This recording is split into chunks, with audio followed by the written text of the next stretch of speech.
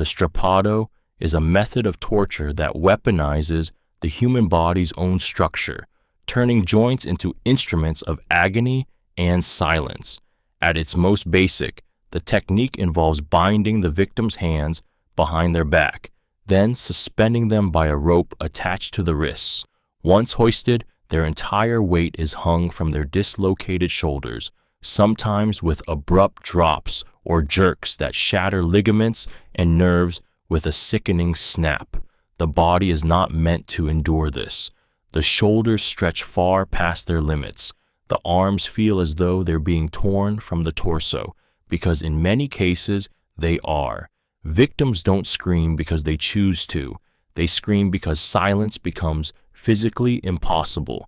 Strapado, used across Europe during inquisitions and by various authoritarian regimes, the Strapado was favored not only for its brutality, but its deceptive elegance. There are no cuts, no blood, no broken skin, just the grotesque internal unraveling of tendons, the slow grind of bones separating from sockets, the feeling of being ripped apart from the inside out. It leaves little visible trace, which made it especially useful for torturers who wanted pain without proof. But for the victim, the trauma lingers forever. Muscles never heal the same, nerves misfire, some never lift their arms again, and worse, for the fear of the sudden drop, of the moment when the rope slackens just enough before catching again, teaches the brain to anticipate pain with every second. Psychological torment becomes fused with physical devastation. The longer the body hangs, the more the mind fractures. Time distorts. Each minute becomes an hour, each breath a punishment. Sometimes weights were tied to the ankles for added pressure. Sometimes the drop was from several feet, amplifying the force of the jerk, so the bones shattered entirely. But the most terrifying part? It was often done slowly, repeatedly, methodically. There is nothing theatrical about the Strapado, no spectacle, just the quiet horror of a body betraying itself under pressure. It is the sound of silence and ligaments tearing in the dark. It is the slow, deliberate dismantling of the human frame, and for those who endured it, it was not just torture, it was erasure. The Pear of Anguish. The Pear of Anguish is a torture device designed not to kill, but to deform, destroy, and shame from the inside out. Its name is deceptively innocent, conjuring something sweet and harmless. But in reality, it is one of the most grotesque inventions ever conceived to mutilate the human body where it is most vulnerable. Crafted from metal and shaped like a closed pear, the device was inserted into the mouth, vagina, or rectum, depending on the crime. Once inside, a screw mechanism at the base was turned slowly, causing the 4 petals of the device to expand outward, stretching soft tissue beyond its breaking point. It did not slice or puncture, it bloomed. That's what made it so horrifying. This was not a quick infliction of pain, but a slow flowering of destruction deep within the body. For victims accused of blasphemy, the pear was forced into the mouth, rupturing jaws and tearing throats. For women accused of witchcraft or promiscuity, it was inserted vaginally. For those accused of homosexuality, the insertion was rectal. Each act was deliberate. Each choice of placement was laced with shame and cruelty. The pain wasn't only physical, it was meant to degrade, to humiliate, to turn the body against itself. Bones didn't always break, but flesh tore. Internal bleeding was common, infections inevitable, and if death didn't follow immediately, it often came days later, after the body had festered in silence. Worse still, the pear was sometimes heated before use, searing internal tissue as it expanded. The agony of having something unnatural, metallic, and jagged bloom inside you is hard to comprehend, but it was real. It happened, and it wasn't just about inflicting pain, it was about forcing the victim to carry invisible wounds in places no one could see. The Pear of Anguish was designed to desecrate the soul through the body. It left few outward scars, but internally, it shredded both flesh and dignity. There was no escape from it. only the horrifying knowledge that your own insides were slowly being torn apart, petal by petal, twist by twist, while others watched in silence. Branding is not just the searing of flesh. It is the permanent rewriting of identity through fire. At its surface, the act seems simple. A piece of metal is heated until it glows, then pressed against skin until it burns, a symbol, a letter, or a mark deep into the body. But the simplicity is a deception. Branding is one of the most calculated and humiliating forms of torture ever devised, because it transforms a living person into property, into punishment, into a walking scar of shame. The moment the iron touches the skin, time collapses. Pain becomes everything. It floods the nerves and surges through the bones. The hiss of burning flesh is not imagined. It's real. It's a sound victims never forget. The skin bubbles. The air fills with the nauseating stench of human tissue cooked alive. And then comes the worst part. The pain doesn't stop when the iron is removed. It lingers. It deepens. The wound rots in layers as the body tries to repair something it cannot fully undo. Branding was used on slaves, criminals, heretics, soldiers, and women accused of sex work. Its purpose was twofold: to cause suffering and to publicly announce it. The brand marked you permanently. You were no longer just yourself. You were what the scar said you were: a thief, a liar, a possession, a warning. You could never hide it. You could never heal from it. You were no longer human in the eyes of others. You were a symbol of pain made visible. Some brands were letters, others were intricate emblems of ownership or sin, and some were applied multiple times, layering wounds over wounds until the body became a storybook of torment. Branding wasn't meant to end life. It was meant to haunt it.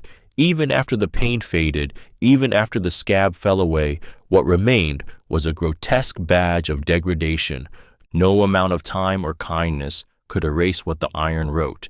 And for those who bore it, every glance, every whisper, every night they traced the scar beneath their fingers was a reminder someone once believed you deserved to burn.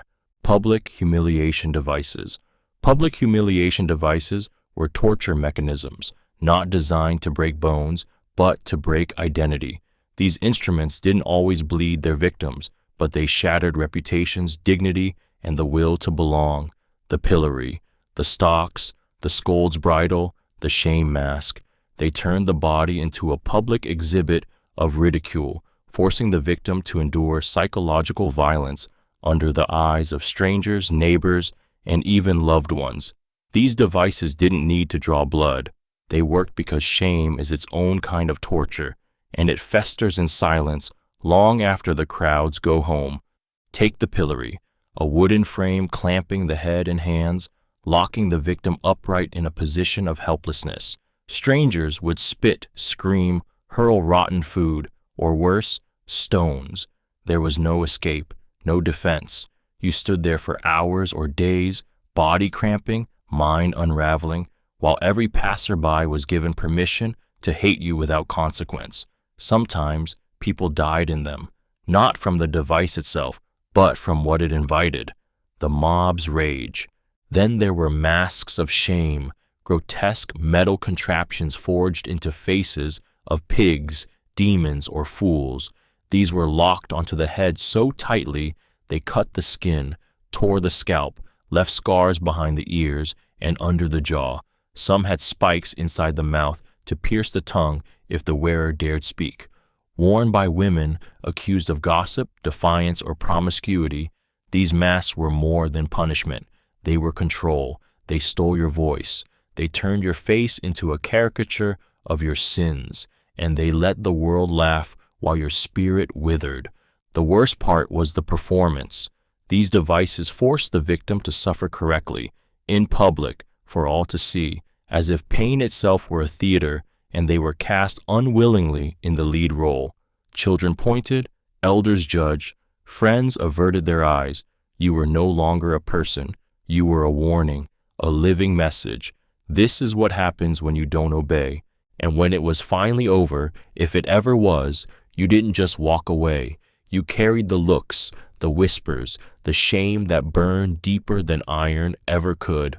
Blowing air up the nose. Blowing air up the nose sounds almost laughable in its simplicity, like a harmless prank, but in the hands of tormentors, even breath becomes a weapon. This method of torture was designed not to inflict physical wounds, but to hijack the body's most involuntary instincts, triggering panic, suffocation, and disorientation in waves so intense they could shatter a person's sanity without ever leaving a visible mark. It was often used when silence was required. No screams, no blood, just suffering hidden inside a breath. A hollow reed, straw, or even a thin metal tube was inserted into one nostril, often while the victim was restrained and helpless. Then, suddenly and forcefully, air was blown into the nasal passage. What happens next is primal. The pressure rockets up through the sinuses, behind the eyes, into the brain. It short-circuits balance. It ignites searing pain along the optic nerves. The body jolts. The head jerks back. And then comes the choking, the gagging, the uncontrollable tears, the convulsions. It isn't the pain alone that tortures. It's the complete betrayal of breath, the very thing the body trusts most. Victims were often caught between two impossible sensations, the need to inhale and the terror of what might come when they do. Even one forced burst of air is enough to cause migraines, ruptured sinuses, or damage to the inner ear. When repeated relentlessly, rhythmically, with no warning, it strips the brain of all control. And it was meant to be ridiculous. That's what made it more sinister. The absurdity of the act added a layer of humiliation. Victims would sputter, flinch, weep, all from something so deceptively small. But the body doesn't care how absurd it seems. Pain is pain, terror is terror, and when it comes in the form of breath, it feels inescapable. You cannot fight it, you cannot predict it, you can only wait, head spinning, nose on fire, lungs aching, wondering when the next invisible blow will land. To the world, it looked like nothing, but inside, it was chaos. And for the person on the receiving end, that chaos could last a lifetime. Waterboarding. Waterboarding is a torture technique that simulates the sensation of drowning, without submersion, without water filling the lungs, and yet with all the terror of death clawing at your throat. The victim is strapped down, face upward, head tilted back. A cloth is placed over the face, and water is poured slowly and continuously over it. The fabric clings to the nose, the mouth, the panic. It doesn't take long before the brain screams that it's dying. Every breath is a betrayal. Every gasp draws in not air, but water. And the body, despite knowing it's not submerged, reacts as if it's sinking to the bottom of an ocean with no end. There's no pain like a broken bone, no blood, no visible damage.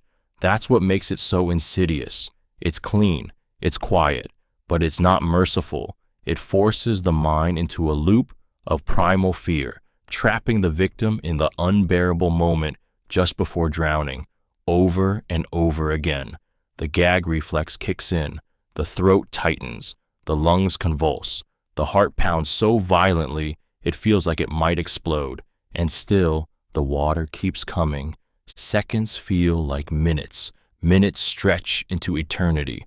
The torturer can stop at any time, only to begin again.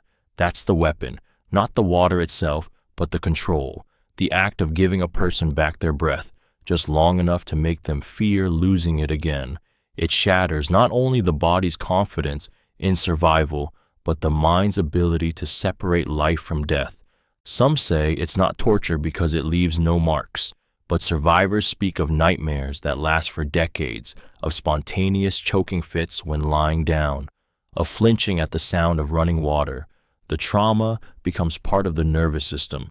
The fear of drowning isn't something you recover from. It becomes stitched into your muscles, your sleep, your silence. Waterboarding doesn't just suffocate, it erases control. It teaches the victim that even their own breath can be stolen at will. It creates obedience, not through pain, but through the terror of the breath that may never come. Sleep deprivation. Sleep deprivation is torture without touch, a method that uses time, silence, and the mind itself to dismantle a person from the inside out. There are no whips, no knives, no burns, just the slow erosion of identity as the brain begins to devour itself in the absence of rest. At first, it feels like simple exhaustion, a heavy head, blurred thoughts, slowed speech, but then the edges start to curl, reality bends, memory slips, and fear begins to rise like a fog you can't clear. Victims are kept awake by constant light, blaring sounds, ice-cold rooms, or sudden noises that jolt the body just as it begins to drift. Days blur together. There is no night. There is no day. There is only now, this dragging, suffocating now where nothing feels real. The body cries out for rest, but every time the eyes close, they're forced open again. Every second denied sleep is another second stripped of sanity. The mind, once an anchor, becomes a traitor. Hallucinations creep in, first shadows, then whispers, then full, vivid horrors that feel as real as breath. The heart races at imagined threats.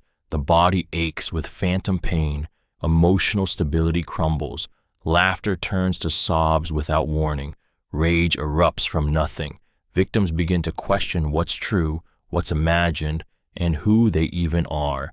And still, it goes on. 48 hours, 72, 100. The record in some torture programs stretched over a week. At a certain point, the body begins to shut down systems to protect itself. Organs misfire, speech slurs, victims soil themselves, forget their names, forget where they are. They'll confess to anything, believe anything. Their will is not just broken, it's erased. Sleep deprivation is torture in slow motion. It doesn't leave scars, but it leaves a wrecked mind, a ruined nervous system, and a lifetime of aftershocks. Victims recover physically, but many never sleep the same again. Every future night is haunted by the fear of not being allowed to rest. It is not just the absence of sleep, it is the denial of peace, over and over, until you forget what peace ever felt like. Iron Maiden. The Iron Maiden is not merely a torture device. It is a coffin built for the conscious, a metal sarcophagus, human-shaped, fitted with spikes on the inner walls, and designed not to kill instantly, but to trap a living body in a state of frozen agony. The victim was placed inside, forced to stand perfectly still as the heavy door creaked shut around them. The spikes, strategically placed to avoid vital organs, pierced flesh, not to end life, but to keep it suspended in a state of unbearable torment. They did not slice through the heart or lungs. No, that would be mercy. Instead, they punctured soft tissue, shoulders, thighs, arms, back, and sometimes the face, ensuring maximum pain with minimum death. And the cruelty wasn't just in the piercing, it was in the stillness it demanded. Any movement, any breath caused the spikes to burrow deeper. You couldn't scream, you couldn't shift, you could only tremble, and even that came with consequence. Inside, it was dark, completely silent. The air was metal-scented and thick with blood. Time disintegrated, minutes blurred into hours, hours into delirium. The mind began to fracture long before the body gave out. There was no room to move, no position to ease the pressure. The Iron Maiden turned the body into its own prison, forcing the victim to become complicit in their pain simply by existing. What made this device monstrous wasn't its violence, it was its patience. It didn't punish with a single blow, it punished with waiting, with anticipation, with the realization that no one was coming and no escape would come from within. Some say spikes were heated, some say the door had a mechanism that slowly closed tighter. Whether myth or memory, what remains undeniable is the psychological horror of standing inside your own tomb, fully alive, barely breathing, and already buried in metal. The Iron Maiden doesn't kill the body first. It kills the will. It turns silence into screams that no one hears. And once inside, you don't wonder if you'll die. You wonder how long it will take. Duck's foot. The duck's foot is a lesser-known torture method, but its obscurity makes it no less monstrous. Named for the way it resembles a bird's webbed foot, this device was a metal clamp designed to crush the limbs, usually the lower legs, arms, or fingers, through brute, unforgiving pressure. The victim's limb would be placed between the toes of the apparatus, and with each turn of the screw, the duck's foot would close, slowly compressing bone, muscle, and flesh into splinters. There is a specific horror in knowing exactly what's about to happen and being forced to feel every moment of it. That's what made the duck's foot so cruel. It didn't work quickly. It didn't aim for dramatic spectacle. It was intimate, methodical, and horrifyingly slow. The bones didn't shatter all at once. They cracked, bent, and screamed under the pressure before finally giving way. Flesh didn't simply bruise, it burst. Tendons snapped like wires under strain, and all the while the body remained conscious, trembling, trapped in a loop of growing, unrelenting agony. What made this device especially cruel was that it was often used not as punishment, but as persuasion. A single limb at a time, first the fingers, just one, then another, maybe a toe. The torturer would watch the victim beg, bargain, and finally break, not just in body, but in will. The pain wasn't just meant to punish, it was meant to control, to extract secrets, confessions, and obedience. Even those who survived the duck's foot never walked the same again. The crushed bones never fully healed. Nerve endings misfired for the rest of their lives, creating phantom pain that screamed long after the device was gone. The worst damage, though, was often invisible. The memory of what it felt like to hear your own bones give up, to feel your own body betraying you inch by inch. The duck's foot wasn't a grand device of public horror. It was small, personal, almost quiet. But in its simplicity lay a chilling truth. The human body breaks easily, and some were willing to turn that fact into a slow, deliberate ritual of suffering. White torture. White torture is a method of psychological annihilation, a silent, spotless, bloodless destruction of the self. There are no beatings, no screams, no blades, just isolation, just sameness, just the unbearable weight of nothing. Victims are confined in a room that is entirely white. The walls, the floor, the ceiling, even the clothes they wear, and the food they eat, white. Every sound is absorbed, every echo silenced, until the only thing left is the rhythm of their own breath. The lights are always on. There is no night, no sleep cycle, no time. The temperature is fixed. The space is sterile. Even the guards wear padded shoes and say nothing. The goal is simple. Erase all sensory input. Strip the brain of stimulation. Force the mind to collapse under the weight of its own emptiness. In this blank void, reality begins to erode. Thoughts stretch. Memories warp. Emotions evaporate. Some prisoners begin talking to themselves within hours. Others forget how to speak at all. What makes white torture uniquely devastating is its invisibility. It leaves no marks on the body, no scars to point to, but inside, everything is unraveling. The prisoner cannot scream for help because they haven't heard a voice in days, weeks, months. They cannot cry because there is no one to witness it, no reason left to feel. In time, the mind begins to fill the silence with shadows. Hallucinations emerge like static on a broken signal. Faces, sounds, flashbacks. The self dissolves into fragments. Victims lose track of who they are. Some forget their own names. Some break down into catatonia. The loneliness becomes a physical ache.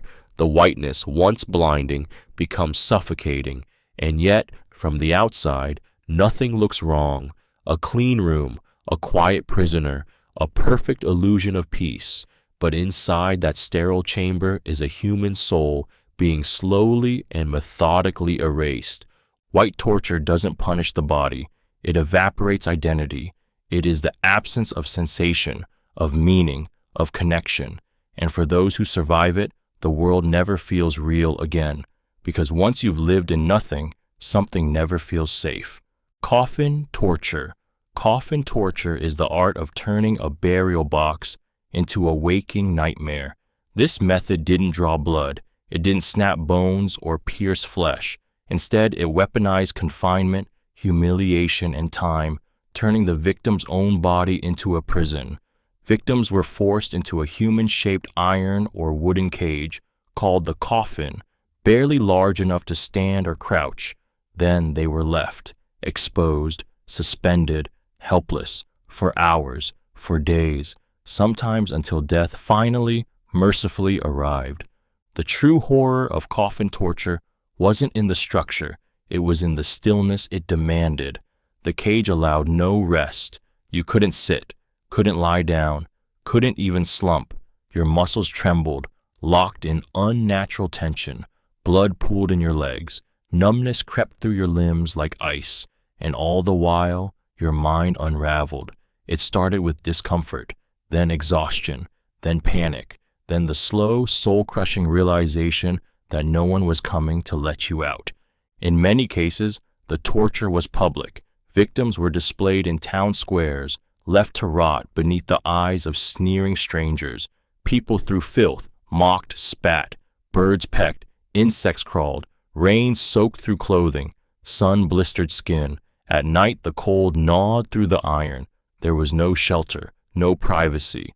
You were seen as less than human, a body on display for laughter and warning. If the torture was extended, victims were left to relieve themselves inside the coffin, trapped with the smell of their own waste. Their skin swelled, their dignity dissolved. The torment wasn't loud, it was slow, mute, and it broke people not with violence, but with time. Every breath taken inside that cage felt stolen, undeserved, suffocatingly cruel. Some cages were custom built. If you were overweight, you were squeezed into a tighter frame, on purpose. If your crime was more severe, the bars were sharpened or your limbs bound to prevent even the smallest relief. There were no screams, only silence, then sobs, then stillness. Coffin torture didn't seek to kill quickly. It starved, dehydrated, exposed, and humiliated. It made death seem like kindness. It turned a box meant for corpses into a place where the living came undone, piece by piece, breath by breath. Whipping is one of the oldest and most brutal forms of physical punishment, a method as simple as it is horrifying. A length of cord, leather, rope, or wire is lashed across bare skin over and over until the body is no longer recognizable as flesh, but as a map of agony. Each strike tears, each strike burns, each strike breaks open more than just skin. It opens fear, submission, collapse. The whip doesn't just injure, it dominates. It communicates pain with such savage clarity that words become unnecessary. The first lash is always the worst, sharp, shocking, blinding. But what follows is worse still, the second, the third, the 50th, until the mind starts to retreat just to survive. Blood sprays, skin splits, muscle tissue may become exposed, the back arches involuntarily. The voice leaves the throat in strangled gasps, screams, sobs. Sometimes the whip is braided with metal shards, bones, or glass to multiply the damage. Sometimes salt is rubbed into the wounds mid-session. Sometimes the whipping continues long after the victim loses consciousness, because this kind of torture isn't always about the victim, it's often about the audience. Whipping was used on slaves, prisoners, soldiers, women, and children. It was public and purposeful, in the town square, in prisons, in war camps, a spectacle of dominance, a warning to others. The lashes weren't just meant to hurt, they were meant to teach, to brand obedience without needing fire, to show what happens to those who disobey. The psychological impact often lasted far longer than the scars. Survivors would flinch at sounds, at ropes, at belts. Some couldn't bear to be touched ever again. Others lived in fear of the next session, wondering if the skin would ever truly heal or just thicken into something colder, tougher, unrecognizable. Whipping is the language of control spoken in welts and screams. It is violence timed to rhythm, pain measured in strokes, and for those who endured it, each scar whispered one truth for the rest of their lives. You were made to break, and someone made sure you did. The rack. The rack is perhaps the most iconic image of medieval torture, a wooden frame built with brutal simplicity and horrifying purpose. It was designed to stretch the human body to its limits, and then beyond them. The victim was laid flat on the wooden platform, wrists and ankles tied with ropes connected to rollers at either end. Then, slowly and deliberately, the torturer turned the handles. With each turn, the body lengthened, ligaments tore, joints popped, tendons snapped like overpulled strings on a broken instrument. At first there was pressure, a painful tug in the shoulders, the hips, the knees. Then came the dislocation, sudden and violent, as the bones were yanked from their sockets. The arms stretched until they could no longer function as arms. The legs pulled so far apart they trembled uncontrollably.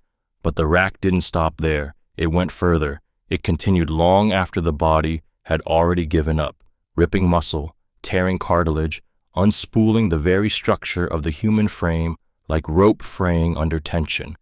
The victim remained conscious for far too long. The pain didn't knock them out. It sharpened their mind into a kind of living panic. Breathing became shallow. Screaming turned hoarse, then silent. The sound of bones separating from the body, raw and unmistakable, echoed louder than any cry. And worst of all, every second of it was controllable. The torturer could pause, speak calmly, and then resume the destruction with a single twist. It was not just torture. It was dialogue, a conversation written in pain. People confessed to anything on the rack. They named friends, family, strangers, anyone who might make the turning stop. And when they were finally untied, if they survived, they were no longer the same. Their limbs dangled uselessly. They could not walk, lift, or sometimes even speak. Their spine, once upright, bent under invisible weight. The body tried to remain human, but the rack rewrote what that meant. The horror of the rack is not just in how it kills, it's in how long it chooses not to, how it leaves you alive, aware, begging for mercy that never comes, how it teaches the body that there is no end to what can be taken until everything is. Needle torture. Needle torture is the art of turning precision into agony. Unlike other forms of brutality that bruise or burn, this method invades slowly, puncture by puncture, targeting the nerves, the fingertips, the eyes, the tongue. The tools are deceptively simple, sharpened needles of metal, bone, or wood, designed not to kill, but to torment. The goal is intimacy. The tormentor comes close. There is no swing, no lash, just insertion, just pressure, just the unbearable wait for the next intrusion beneath the skin. Fingernails are among the most common targets. A thin sliver of sharp steel is slipped under the nail bed, the most sensitive tissue in the body. As it slides inward, the flesh splits, the nerves scream, and yet the damage is minimal. On the surface, there's barely any blood. That's part of what makes it monstrous. Pain becomes microscopic, unrelenting, impossible to escape. Just one needle under a nail is enough to make a person howl. But this method was never used just once. 10 fingers, 10 nails, a dozen needles, sometimes heated, sometimes dipped in acid, sometimes twisted once inside, just to break the mind's ability to hope. Other variations included pricking the gums, piercing the soles of the feet, or sliding needles into joints, where movement would cause the metal to grind against bone. In some accounts, needles were used to sew the lips shut, or even the eyelids, leaving the victim in suffocating silence or blindness. Each stitch a message. You don't get to speak. You don't get to see. The pain is sharp, but it's the anticipation that destroys the soul, watching the needle approach, feeling it hover, not knowing where it will go next. That's what breaks people, not the wound, but the waiting. Victims would beg for death, not because they were dying, but because their mind could no longer tolerate the next pin. Needle torture doesn't just shred flesh, it shreds composure. It proves that you don't need fire or chains to destroy someone. You just need something small, sharp, and slow, and the will to keep going. Crushing by stones. Crushing by stones is a form of execution that doesn't begin with death. It begins with weight. The method is hauntingly simple. The victim is laid flat, typically on their back, arms spread, legs bound. A wooden board or slab is placed on top of them, and then, slowly, methodically, stones are added, one by one. Each new weight a promise that the last was not the worst. Each new rock a silent escalation. No blades, no fire, just gravity, and the relentless pressure of a world that won't stop pushing down. At first, the weight causes discomfort, then pain, then something far more terrifying, the awareness that your body is collapsing under its own skin. The chest begins to compress, breathing grows shallow, then ragged, ribs bend, some snap, the diaphragm fights to lift, but the pressure won't let it. Blood flow slows, muscles cramp, internal organs shift and bruise beneath the rising tide of stone. But the cruelty isn't just physical, it's deeply psychological. The torturer can pause at any moment, speak, mock, demand confessions, or simply wait, letting the victim sit in the stillness of impending collapse. There's no need to rush. That's the horror. It's slow, deliberate, personal. Each stone added becomes a moment of hopelessness. The victim has no way to move, no way to breathe freely, no way to plead that doesn't hurt more than silence itself. In some cases, this method was done in public. Townspeople would be encouraged to add a stone to make the sentence communal. The victim would lie there in agony as neighbors took turns contributing to their suffocation. Imagine the weight of your own community literally pressing down upon your chest, smothering you with judgment disguised as justice.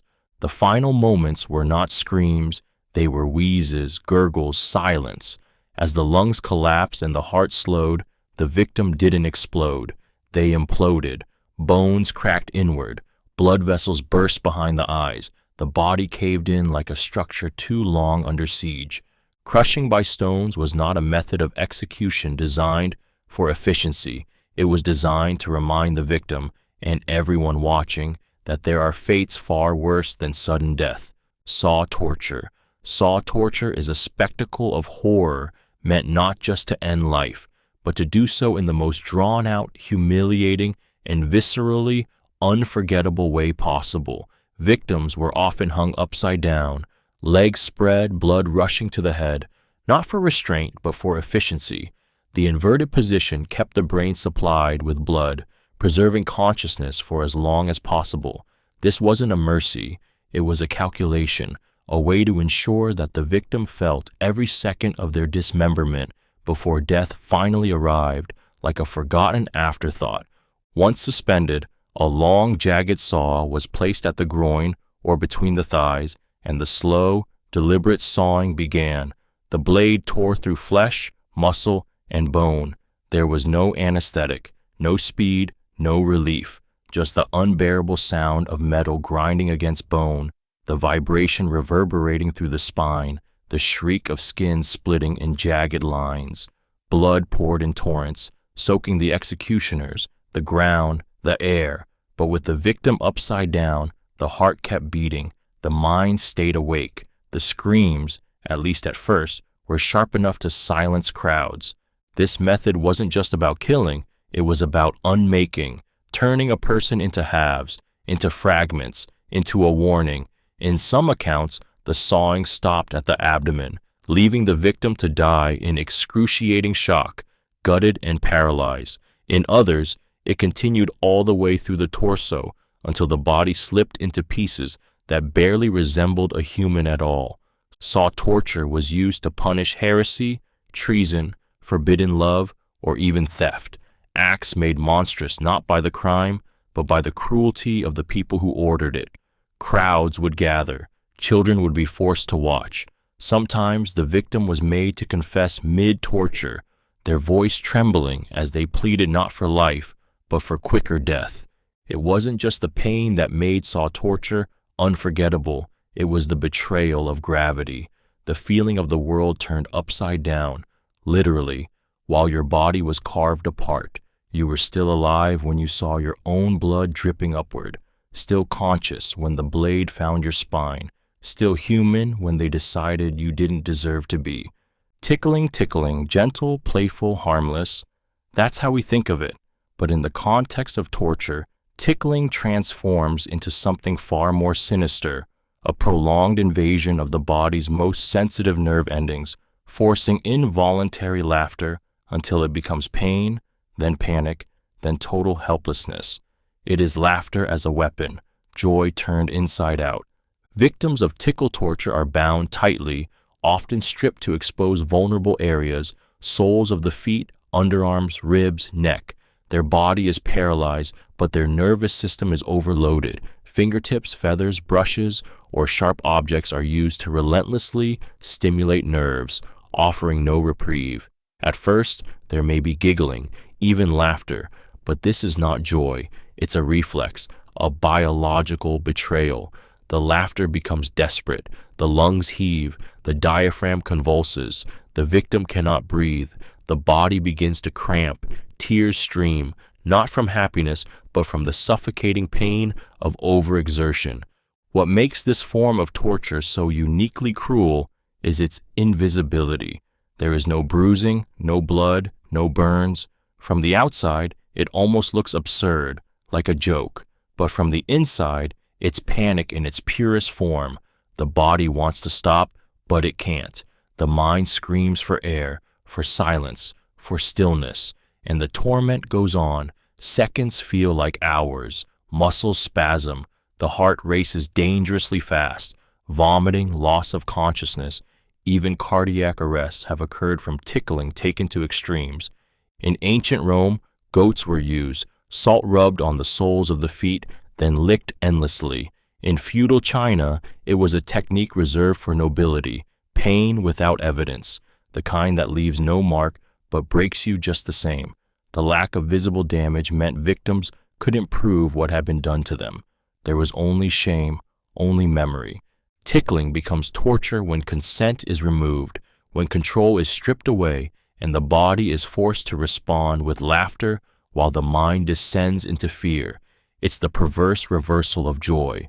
The smile becomes a scream, and there is nothing more terrifying than suffering inside a body that won't stop laughing. Solitary confinement. Solitary confinement is torture by subtraction. It doesn't strike, slice, or scream. It simply removes everything, light, sound, touch, time, and connection, until all that's left is the mind echoing in a space too small to contain it. Victims are locked in tiny, featureless cells. No window, no voices, no contact. Days stretch into weeks, weeks into months, and in that void, something inside begins to crack, not loudly but slowly. The walls press in, not physically, but psychologically. Time becomes a loop.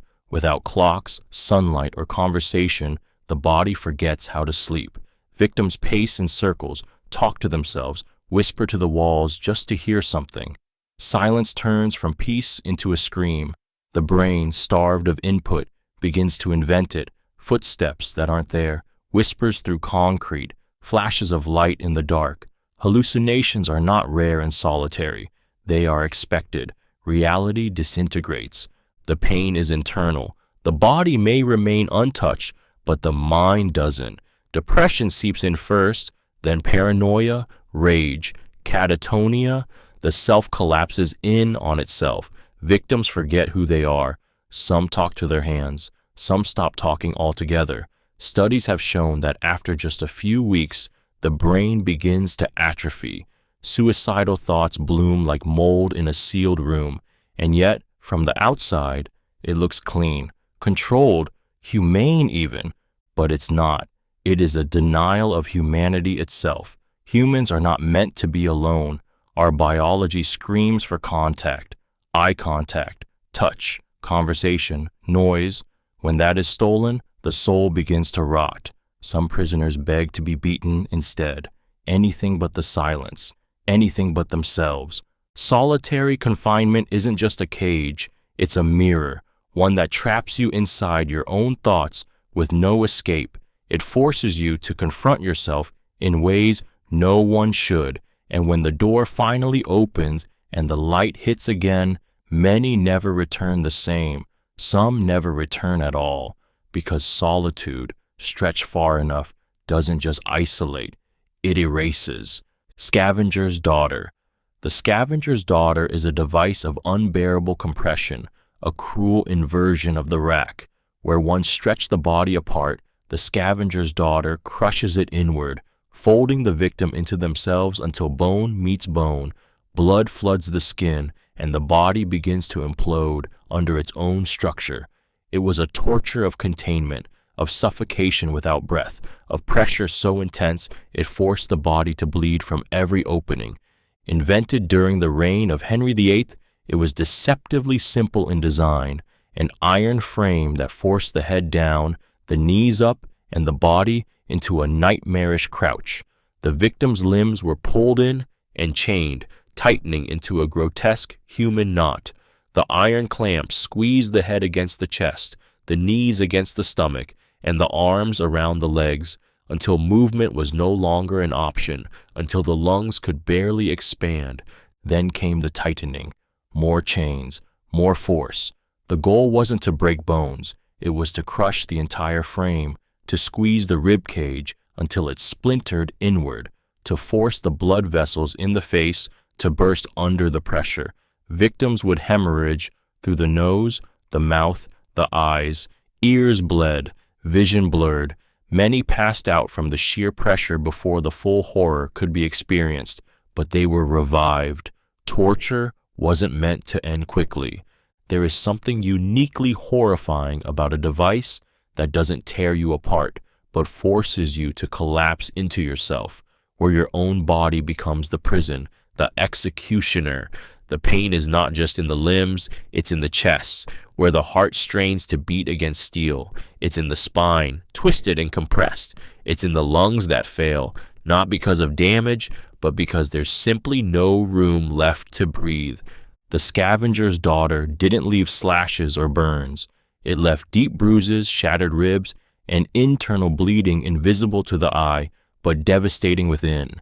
And even if you survived, you never stood straight again. Your bones remembered, your organs remembered, and your mind never stopped hearing the sound of metal tightening as the world closed in. Tarring and feathering is humiliation turned into spectacle, a punishment designed not just to cause pain, but to strip a person of dignity, identity, and belonging in front of a seething crowd. It begins with hot tar, a viscous, bubbling liquid, heated to punishing temperatures.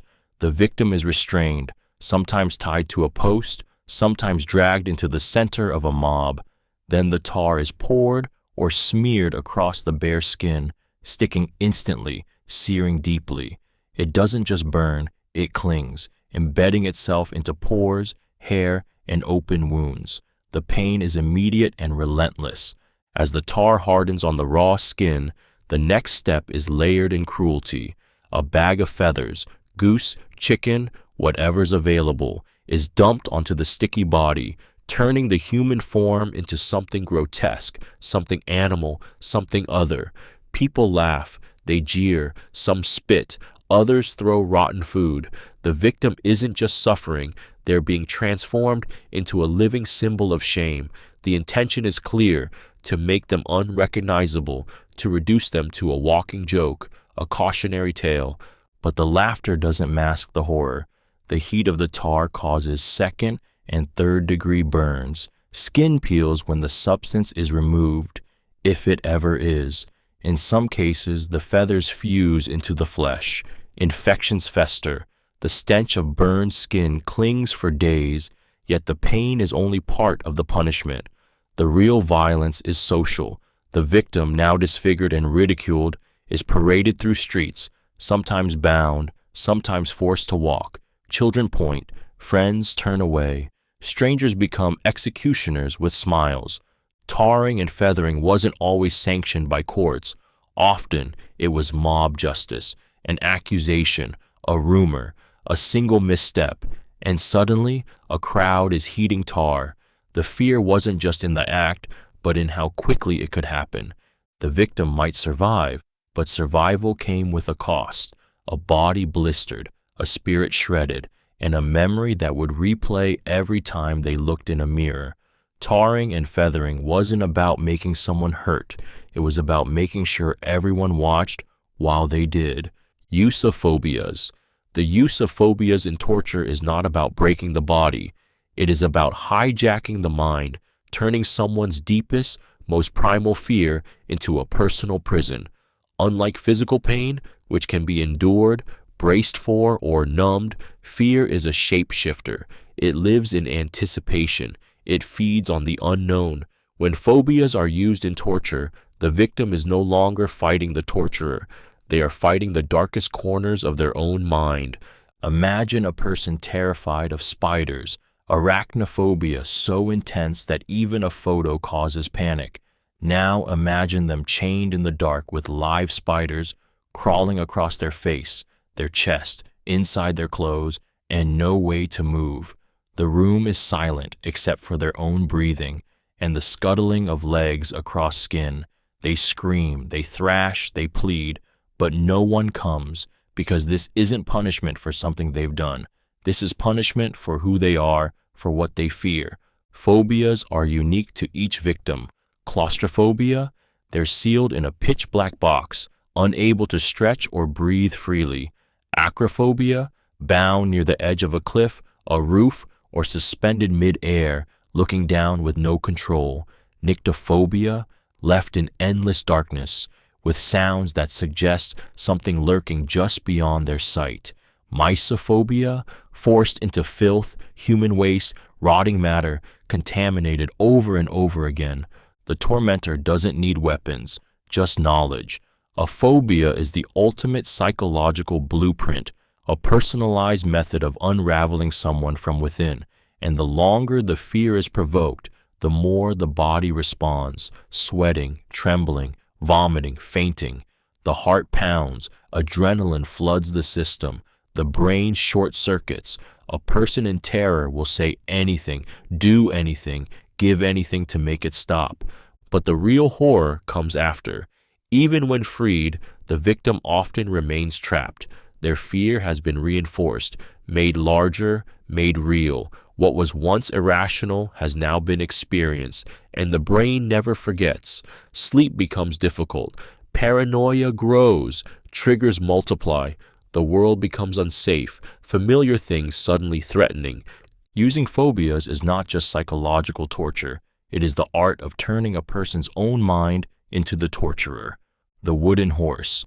The wooden horse, also known as the Spanish horse or chevalet, was a torture device built not to kill, but to split a human being slowly, savagely, and with absolute humiliation. It looked deceptively simple, a triangular wooden beam sharpened at the top to a narrow, unyielding edge. Victims were forced to straddle it like a saddle, but there was no saddle, no comfort, only sharp, unforgiving wood pressing into the most sensitive part of the body with all the cruel precision of engineered suffering. The victim's hands were often tied behind their back, and weights, sometimes stones, sometimes iron, were attached to their ankles. The longer they sat, the more the weights dragged them downward, forcing their body to sink into the narrow edge, splitting the groin open, millimeter by millimeter. Flesh tore, muscle separated, nerves screamed, and still they weren't allowed to fall. They weren't allowed to rest. They hung there, half suspended, half draped, as their own weight became the weapon. Men and women were both subjected to this device, though the torment was uniquely intimate, cruel in its targeting of anatomy meant for creation, for pleasure, for life. The pain was excruciating, not just physically, but emotionally, because this torture turned the act of sitting, of simply existing, into a source of unbearable degradation. Blood often soaked the beam. Infections took hold. Some victims lost the ability to walk, to bear children, or to control their bladders afterward. But perhaps worse than the injury was the silence that followed. The shame, the way survivors looked down when they spoke, if they spoke at all. This device wasn't used in haste. It was methodical, it was deliberate, and it was often public. Crowds would gather, not always out of hate, sometimes out of curiosity. What does a person look like while they're being torn in two? The answer was something no one ever forgot. The wooden horse didn't scream like a whip. It didn't pierce like a blade. It simply waited, with cold indifference, while the victim's body destroyed itself, slowly, painfully, with every breath, every heartbeat, every added ounce of weight. Heretic's Fork. The Heretic's Fork is a device of silence, a tool of torment not meant to scream through pain, but to prevent the scream itself. It is a simple metal rod, sharpened to 2 cruel points on each end, positioned vertically between the chin and the chest, or between the neck and the base of the skull. Fastened tightly with leather straps around the neck, the fork doesn't pierce upon application. It waits, it threatens, it demands stillness, and it punishes movement with blood. The victim is forced to remain absolutely motionless. Any nod, any drop of the head in fatigue, any cry, whimper, sob, or whisper drives the sharp ends into the skin, into muscle, into bone, and they knew it would happen. That's the genius of its cruelty. The victim becomes their own torturer, every unconscious twitch a betrayal, every instinctive move a step closer to agony. Sleep is denied, not because they're shaken awake, but because the very act of nodding off becomes a death sentence. It was used not to extract confessions, but to enforce silence, to prevent prayer, to punish questioning. A tool of the Inquisition, it was often paired with psychological tactics, solitary confinement, blinding light, threats whispered just out of reach. The Heretic's Fork wasn't just about pain, it was about control, about robbing someone of the ability to plead for mercy or speak their truth. Victims would go hours, sometimes days, without moving their head an inch. Muscles spasmed, neck tendons ached, sweat rolled down the temples, collecting at the collarbones. But the worst part wasn't physical. It was the constant awareness that any reaction could be the one that cuts. The mind splits under that kind of pressure. Anxiety blooms into terror, and when the fork was finally removed, it wasn't relief that came first. It was the feeling of being untethered, unsupported, like the world might collapse if you moved even slightly. Some victims never spoke again, not because they were forbidden to, but because they had forgotten how to trust their own voice. The Heretic's Fork didn't need blood to be effective, just the unbearable tension of holding in every sound your soul was begging to let out. Headcrusher. The Headcrusher is a device forged in cold iron, built not just to maim, but to crush identity, silence thought, and annihilate selfhood 1 fraction of an inch at a time. It begins with the victim's chin resting on a metal base. The top of their skull is pressed against a flat cap. A threaded metal bar connects the two. With each turn of the screw, the cap lowers, slowly, unstoppably, until bone meets unrelenting steel and begins to splinter like dry wood under a hammer. The first few cranks are psychological. You feel the pressure, hear the groaning of the device, but nothing breaks. Yet, then comes the sound, not from the metal, from within, a faint cracking deep inside the ears. The jaw dislocates, the teeth shatter, the eyes bulge as the skull begins to compress. Every nerve screams at once, the face distorts, the nasal cavity collapses, the mouth fills with blood and shards of enamel. There is no air, no begging, no escape, only the slow, precise erasure of a human face. What made the Headcrusher particularly horrifying was its deliberate pace. It wasn't used to kill quickly. In fact, it was often applied slowly over hours, tightening until the victim agreed to confess, to betray, to scream the names of others. Sometimes it was done in stages, a few turns today, more tomorrow, days of pressure building behind the eyes, beneath the brow, across the jawline, until the brain itself began to hemorrhage. And yet, the device remained silent. It never shouted, never laughed, never cursed. It just turned and turned and turned. It turned fathers into monsters, daughters into liars, truth into whatever the torturer wanted it to be. The final moments were grotesque. The skull caved, the brain oozed from the ears, the eyes burst. But long before that, the victim was already gone. The pain didn't just crush the head, it crushed hope. The Headcrusher didn't need flames or blades, it needed only patience and the quiet certainty that given enough time, every mind will break beneath its weight. Water deprivation. Water deprivation is a torture of denial, a slow, invisible execution that turns the most essential element of life into an unreachable dream. The body begins to wither. The mouth dries until the tongue sticks to the roof. The lips crack, then bleed. The skin tightens, the eyes sink, and the victim feels the slow fading of self. Because when water is taken away, so is everything that keeps the body alive and the mind intact. At first, it feels like discomfort, a dryness in the throat, a craving. But thirst isn't just a signal, it becomes an obsession. Every second without water is another step toward collapse. The kidneys begin to fail, the blood thickens, the brain, deprived of fluid and oxygen, starts to flicker. Dizziness turns to confusion. Confusion gives way to hallucinations.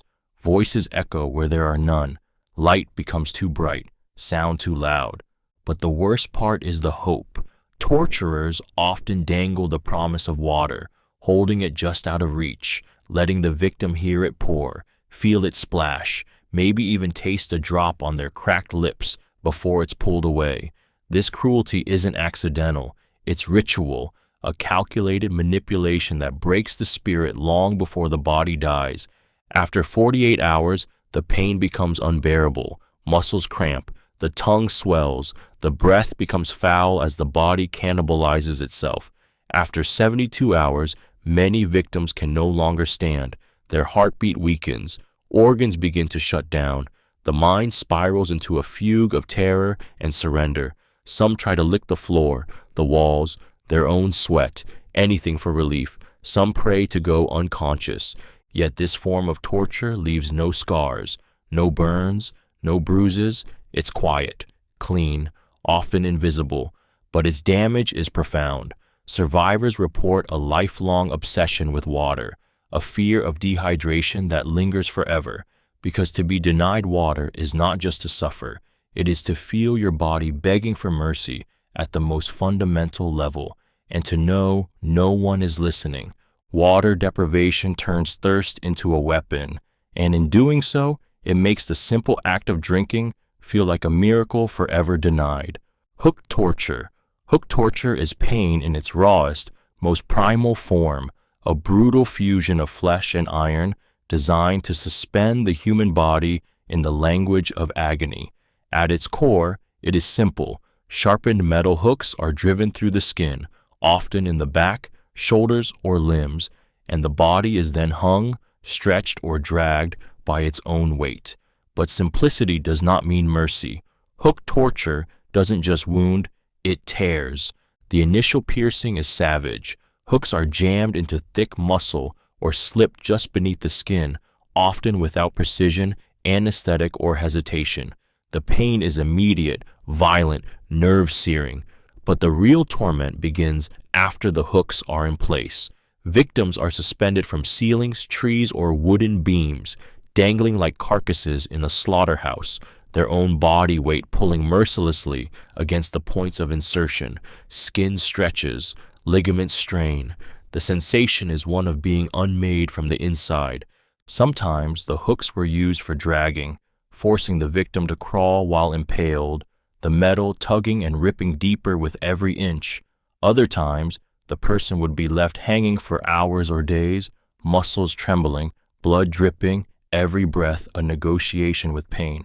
In the worst accounts, multiple hooks were used at once, pulling in different directions, forcing the body to split itself under pressure like wet paper tearing at the seams.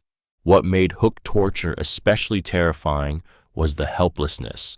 There is no leverage, no comfort, no moment of relief. The victim's body becomes a puppet of pain, held aloft by metal and gravity. Screams become hoarse. Nerves begin to die. Infection creeps in where steel has pierced flesh. And yet, survival was possible. That was the point. The victim was meant to live, to feel. It was used to punish, to interrogate, to terrorize, not just for what it did to the body, but for what it represented. Total vulnerability. To be pierced, hung, and displayed like meat was to be stripped of humanity. Hook torture is not just cruelty, it is possession, the declaration that your flesh is no longer yours and your pain will be pulled out of you inch by inch. Knife torture.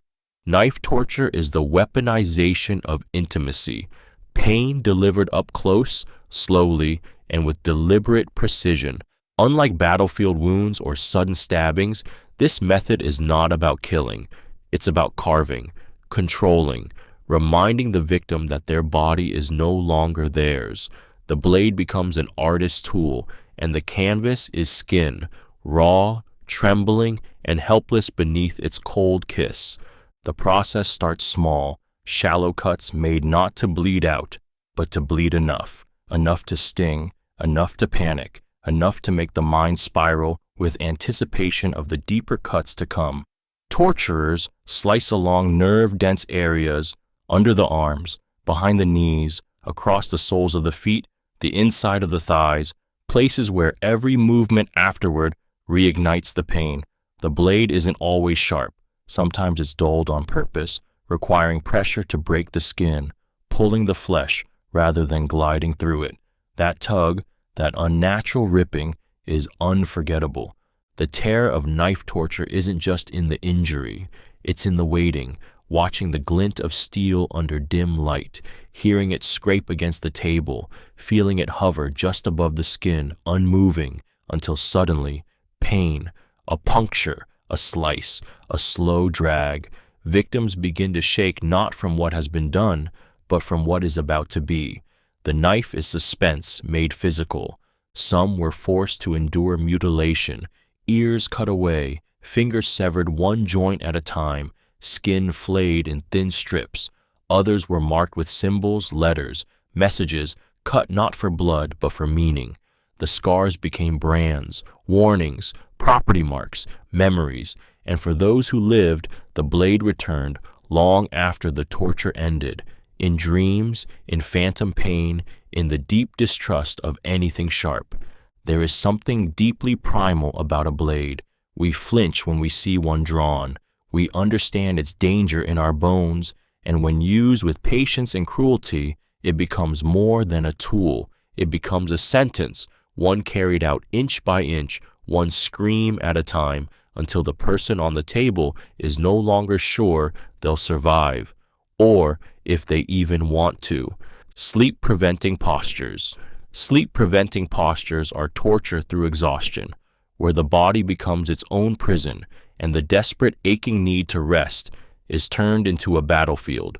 Victims are forced into positions so unnatural, so rigid, so punishing, that sleep becomes not only impossible, but dangerous, standing for hours, kneeling on broken glass, perching on a narrow ledge, cramped into a tiny cage too small to sit, too low to stand.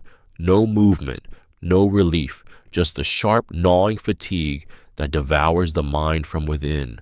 This method doesn't begin with pain, it begins with resistance.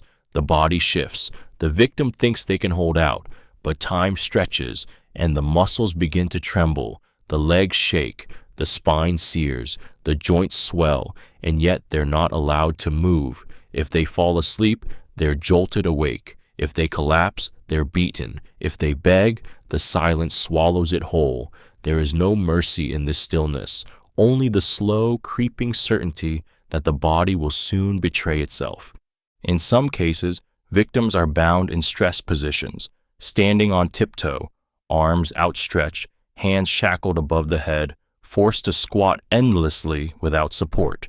These aren't poses, they are punishments, calibrated to wear down muscle and spirit alike.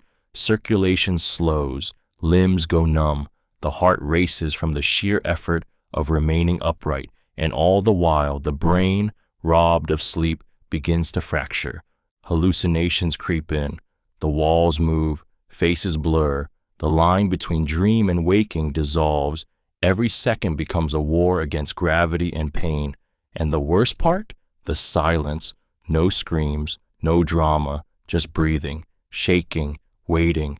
Sleep-preventing postures are a form of torture that leave no visible mark, but inside, they destroy everything.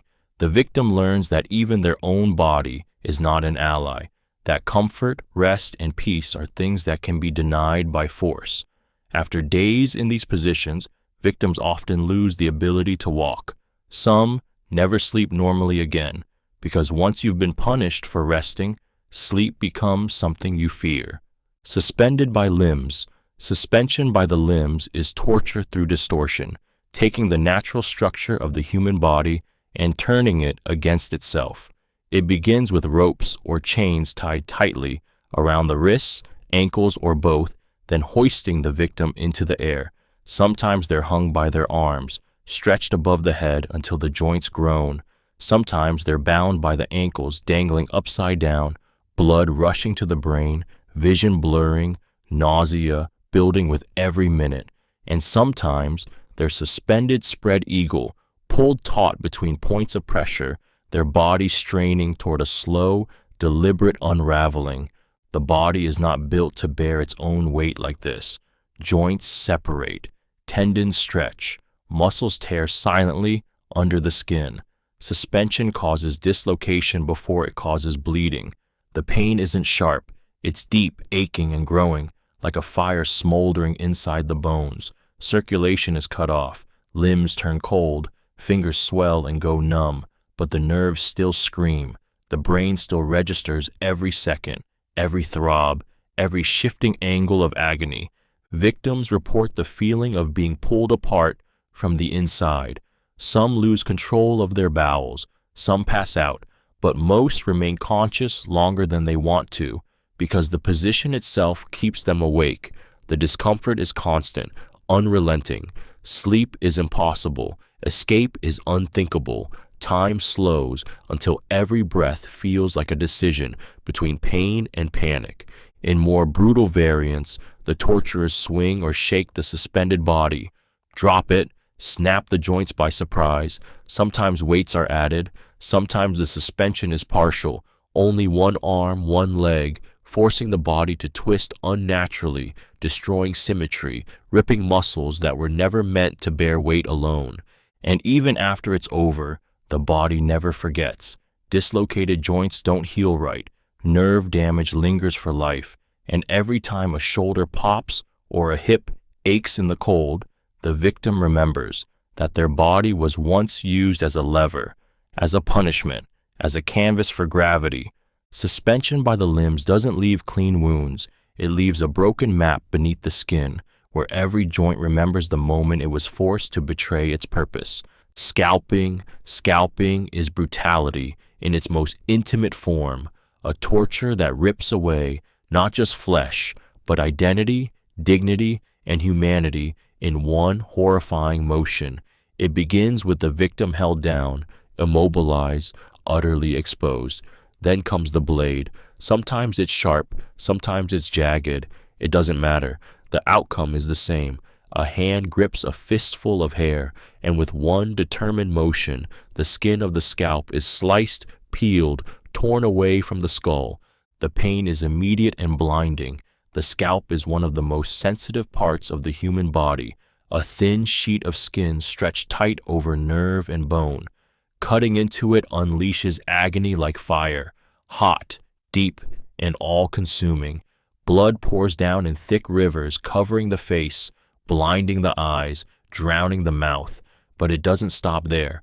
The act of pulling the scalp, ripping it back, is where the true horror lives. The sound of skin tearing from skull, the feel of hair separating from the body like grass being pulled from soil. It is unnatural. It is unforgettable. Historically, scalping was used not just as torture, but as a message. In wars, in tribal conflicts, in acts of vengeance, the scalp became a trophy, proof of domination, a symbol of utter defeat. Sometimes the victim was left alive, their head exposed, their wounds festering. Other times, the act preceded death or followed it, with the face left grotesquely flayed. In either case, it was never just about pain. It was about erasure. The psychological toll was as devastating as the physical. To be scalped is to be dehumanized, to have your very appearance torn away. Survivors lived in shame, often unable to bear mirrors or the pity in others' eyes. The scarring was permanent. The hair never grew back. Scalping is not just an act of violence. It is a transformation, a moment where a person is made into a thing, an example, a warning. It is the cruel rewriting of someone's existence in blood and silence. And for those who lived through it, every breeze on their exposed skin was a reminder. Part of you was taken, and it will never come back. The Brazen Bull. The Brazen Bull is a monument to cruelty masquerading as craftsmanship, a hollow statue of a bull, forged entirely of bronze, polished to a golden gleam, and designed to consume a human being from the inside out in flame and smoke. Victims were not beaten or pierced. They were placed, locked inside the belly of the bull, a chamber that echoed and magnified sound, turning human screams into grotesque music for an audience above. A fire was lit beneath the statue, slowly, deliberately, the metal heated, glowing red with hunger. Inside, the victim felt the air grow thick, the heat unbearable, skin blistered, lungs choked on burning oxygen. The walls became ovens. There was no room to move, no way to shield yourself. The body could not curl or hide. You screamed because screaming was all you had left, and that was the point. The bull's head was crafted with acoustic pipes, engineered by sadistic genius to transform screams into the sound of a bellowing animal. To the crowd, it sounded like a beast dying, groaning in agony. But they knew, everyone knew, it was a person, trapped, burning, breaking apart inch by inch behind the cold smile of bronze. As the flames rose, the flesh roasted. Hair melted to the scalp, fat dripped to the floor and hissed in the fire below. The victim baked alive, sometimes for hours, depending on how intense the heat was made. The bull was cleaned afterward, bones and ash removed, and then used again. It was not just about killing, it was about display, theater. The Brazen Bull was placed in public squares, temples, courts, anywhere authority wanted to remind people, this is what defiance earns you. The sickest irony of all, it was beautiful, smooth, gleaming, resembling power, divinity, grace, a sculpture hiding a furnace, a tomb that sang. And for those forced into its belly, death didn't come with dignity or silence. It came wrapped in art, disguised as justice, echoing through the pipes in screams twisted into song. Food, contamination, or deprivation. Food, contamination, and deprivation turn nourishment, the most basic act of survival, into a slow and intimate kind of torment. To deny food is to strip a person of strength, clarity, and dignity. To contaminate it is to betray the instinct to trust what enters the body. Both methods are silent killers, but the suffering they cause is loud, constant, and consuming. In deprivation, the victim is starved over days, weeks, sometimes months. It begins with hunger pangs, sharp, hollow aches that gnaw the stomach lining. But those pains soon give way to something worse, weakness.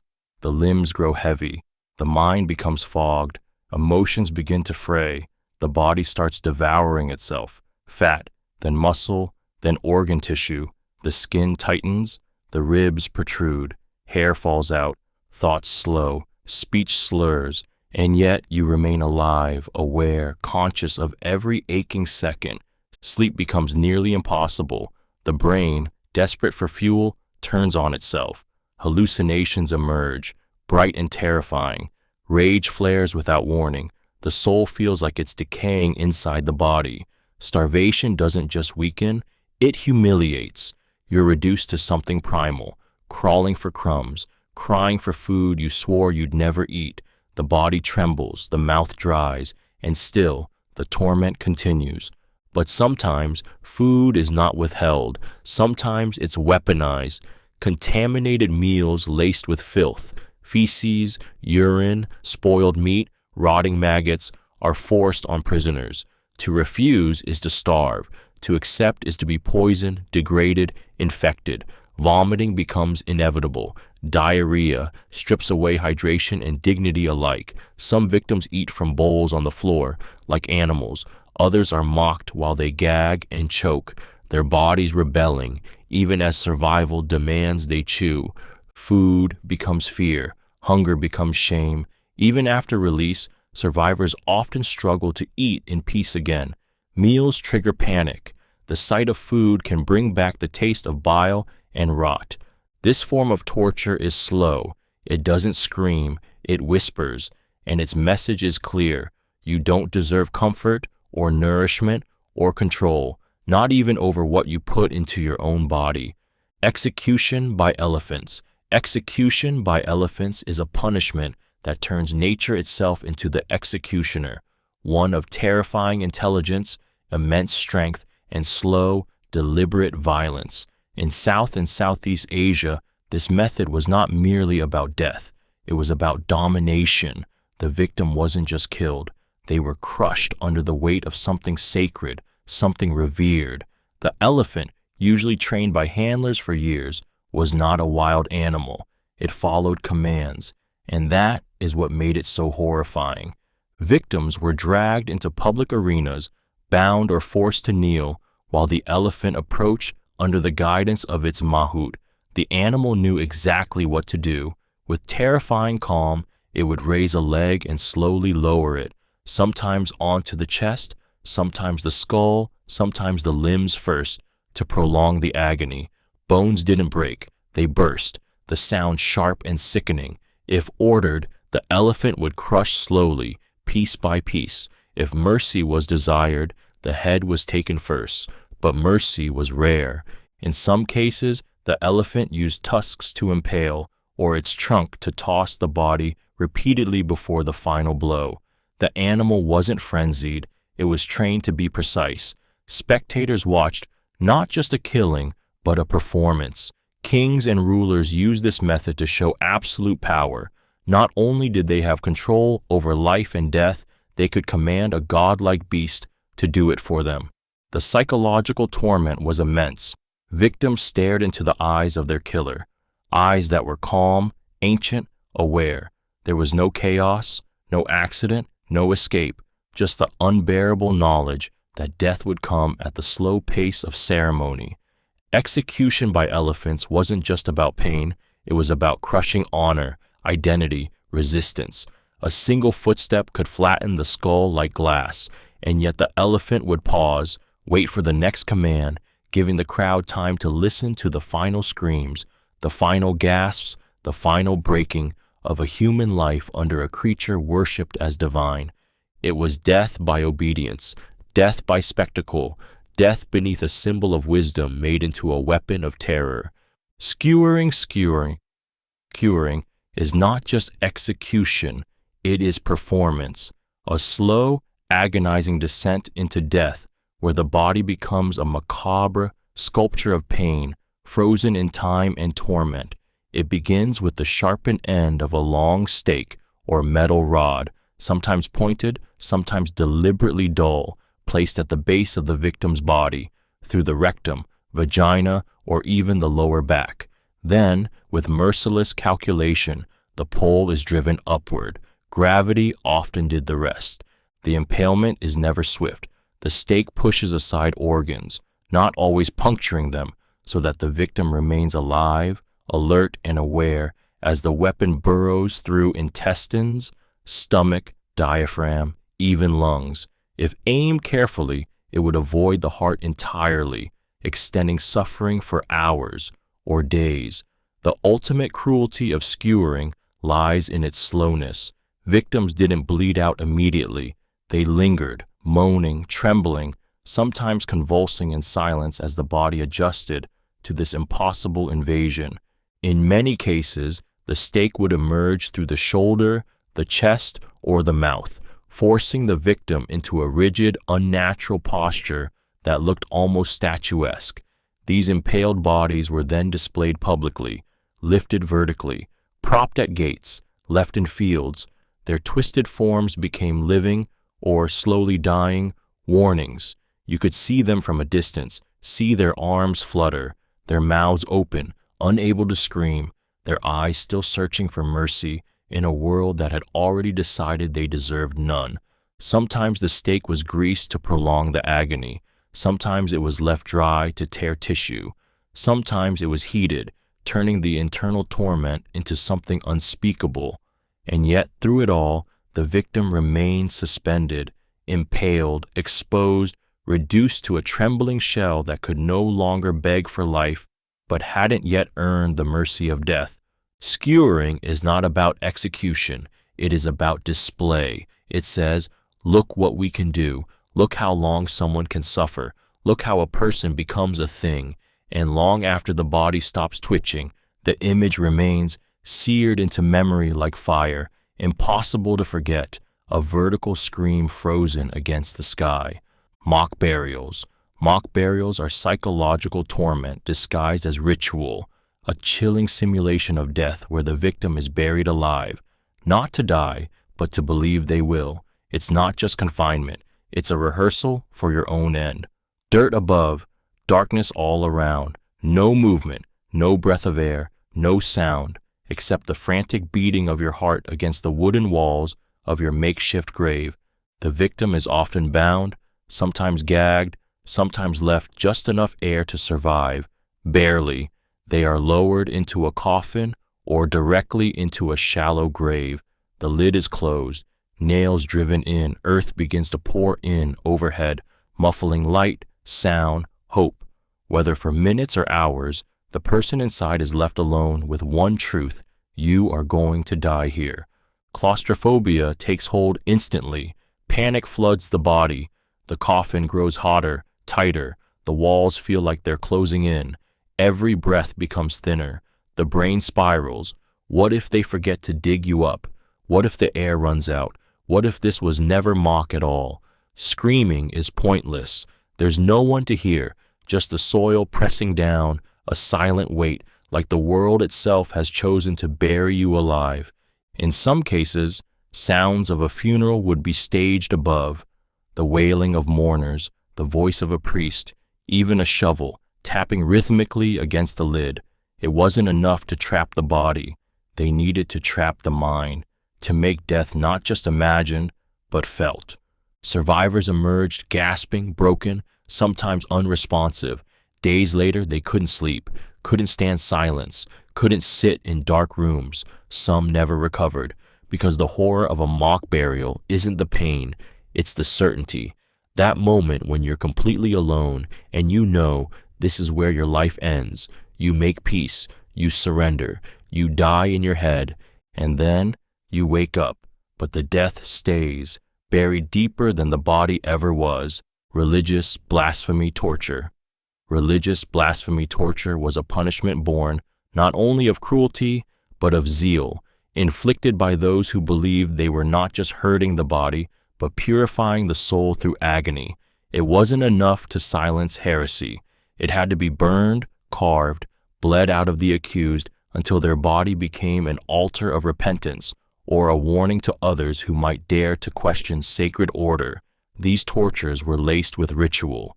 Every scream, every wound, every mutilation was seen not as cruelty, but as divine justice. The accused were often bound in public squares or deep within dungeons carved beneath churches.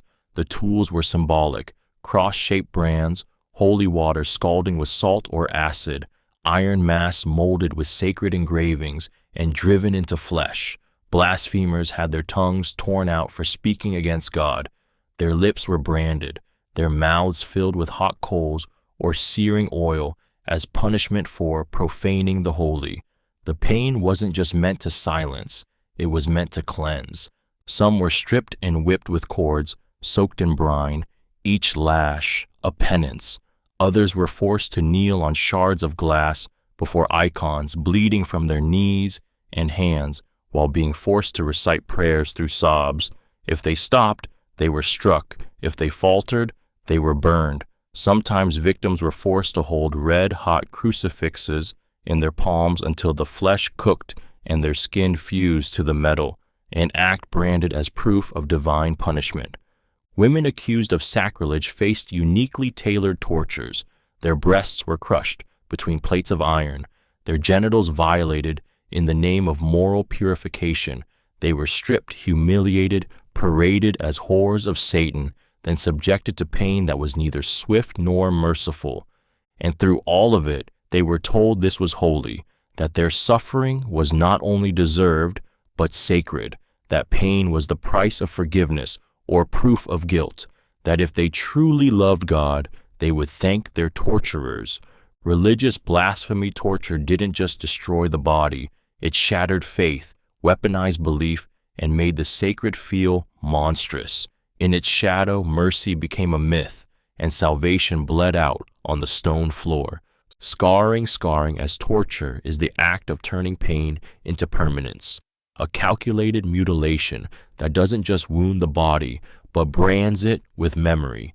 Unlike methods meant to kill, scarring is slow, intentional, and deeply personal. It isn't about removing life, it's about rewriting it through fire, blade, acid, or iron, so that the victim can never again look at their own skin without reliving the moment it was taken from them.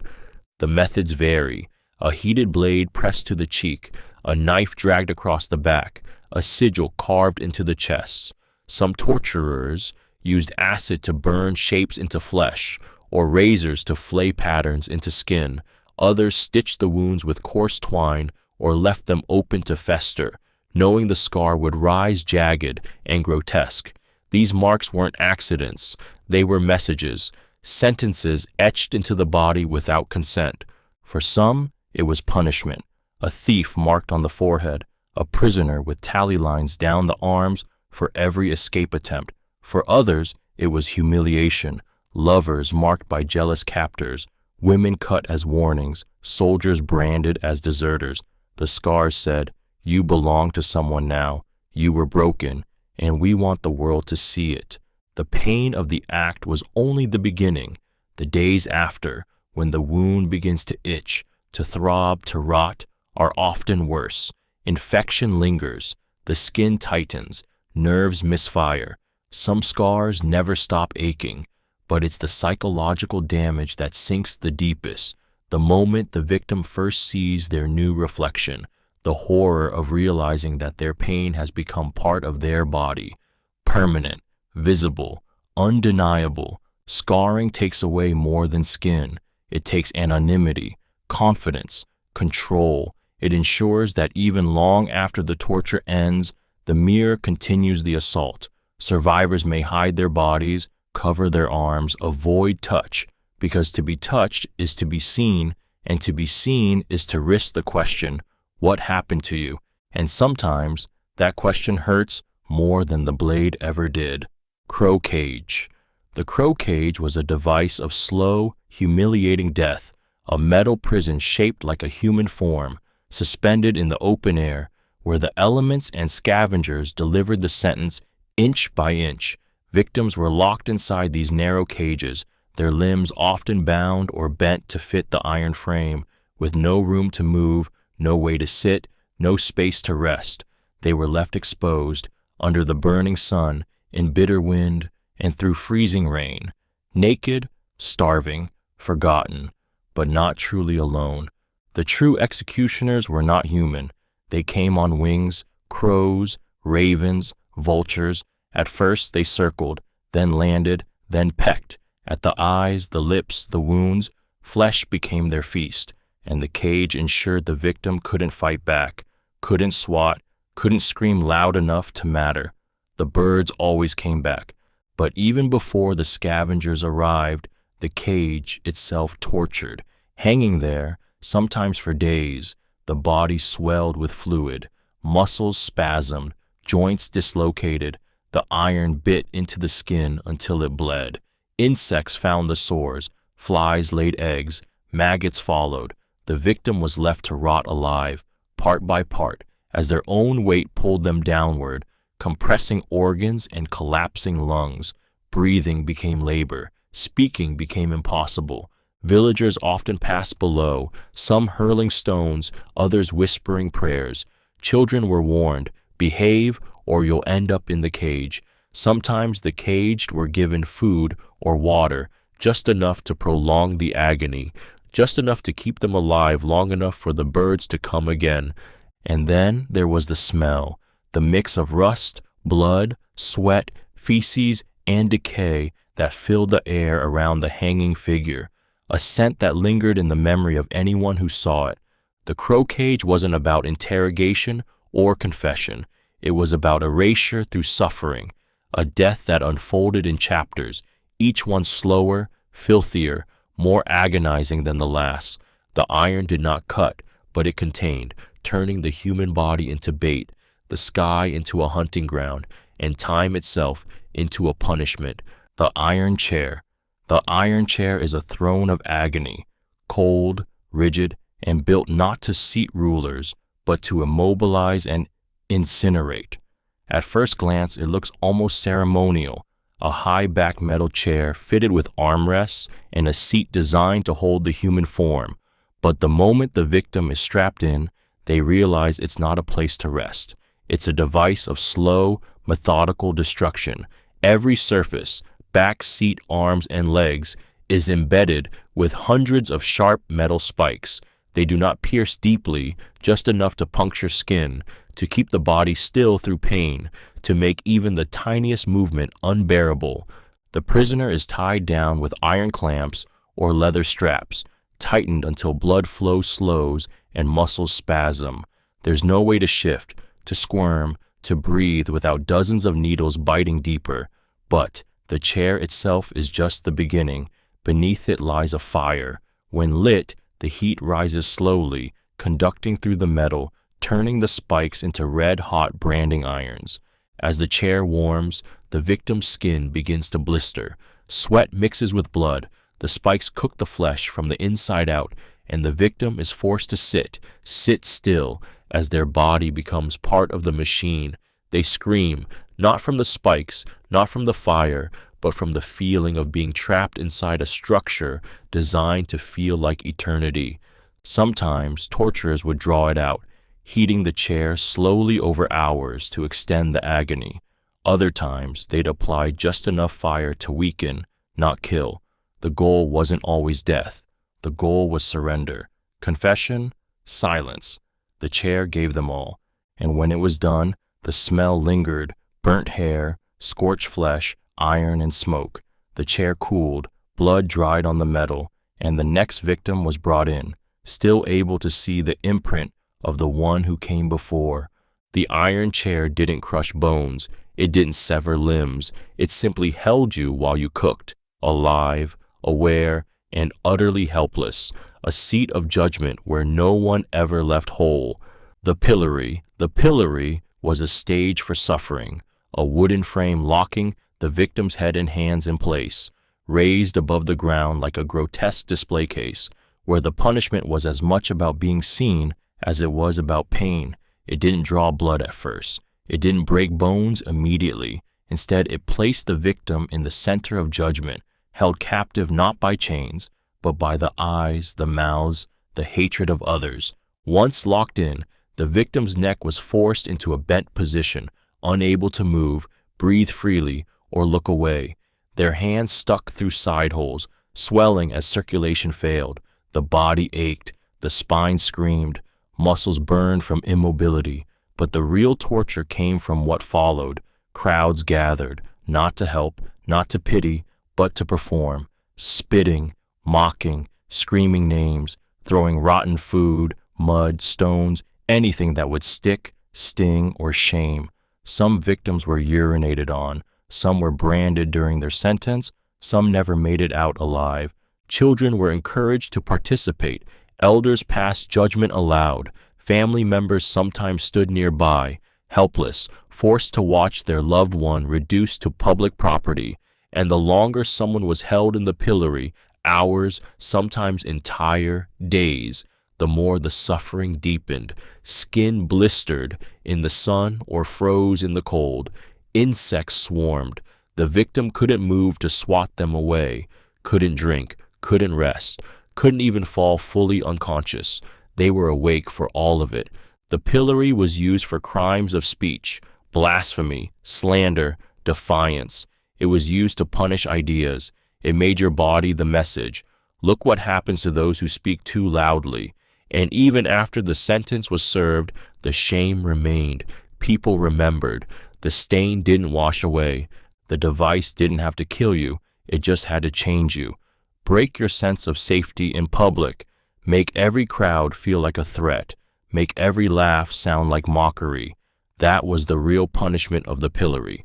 Not the wood, not the restraint, but the terrifying knowledge that once you've been displayed, you can never truly hide again. Mock executions. Mock executions are psychological torture, disguised as mercy. The promise of death dangled just long enough to convince the victim their final breath has arrived. The gun is loaded or not. The blade is raised, the noose is tied, the commands are shouted, the last rites are read, and in the victim's mind, this is it, the moment of erasure, the collapsing of everything they were, everything they hoped to be. The terror doesn't lie in the pain. There is no pain. It lies in the certainty, the belief that your life is over, that your family will never see you again, that the last words you spoke may echo in silence forever. You feel the cold barrel pressed against the back of your head.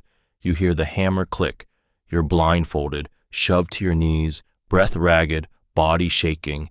Sometimes you're made to dig your own grave or stand on a platform with a rope tightening around your neck, hearing the wood creak beneath your feet. Every part of your body braces for impact, for heat, for collapse, and then nothing. The shot is a blank. The blade halts inches above your skin. The floor never drops. The torturer laughs, or says nothing, just walks away, leaving you soaked in sweat, trembling, confused, destroyed. Your heart doesn't slow for hours. Your limbs shake. You vomit, weep, collapse, not from injury, but from the unbearable weight of returning from a place your soul had already begun to leave. It's not a mercy, it's a reset, a way to remind you that your life is not yours, that it can be taken, toyed with, returned at someone else's whim. And after it happens once, you never feel safe again. Every knock on the door, every voice in the hall, every time you close your eyes feels like the next real one. Mock executions don't need blood to destroy a person. They just need fear, pure, unfiltered, absolute fear, and the silence that follows it. The breaking wheel. The breaking wheel was a device of pure annihilation, designed not just to kill, but to shatter a person into something unrecognizable. Also known as the Catherine wheel, it was a large wooden structure, sometimes spoked like a wagon wheel, sometimes flat like a table, where the victim was laid out. Limbs stretched, body exposed, sky above them, crowd below. What followed was not execution. It was a slow-motion erasure. The torturer wielded a heavy iron bar or hammer, and one by one, the bones were smashed. Arms, legs, hips, ribs, crushed not all at once, but in a deliberate rhythm.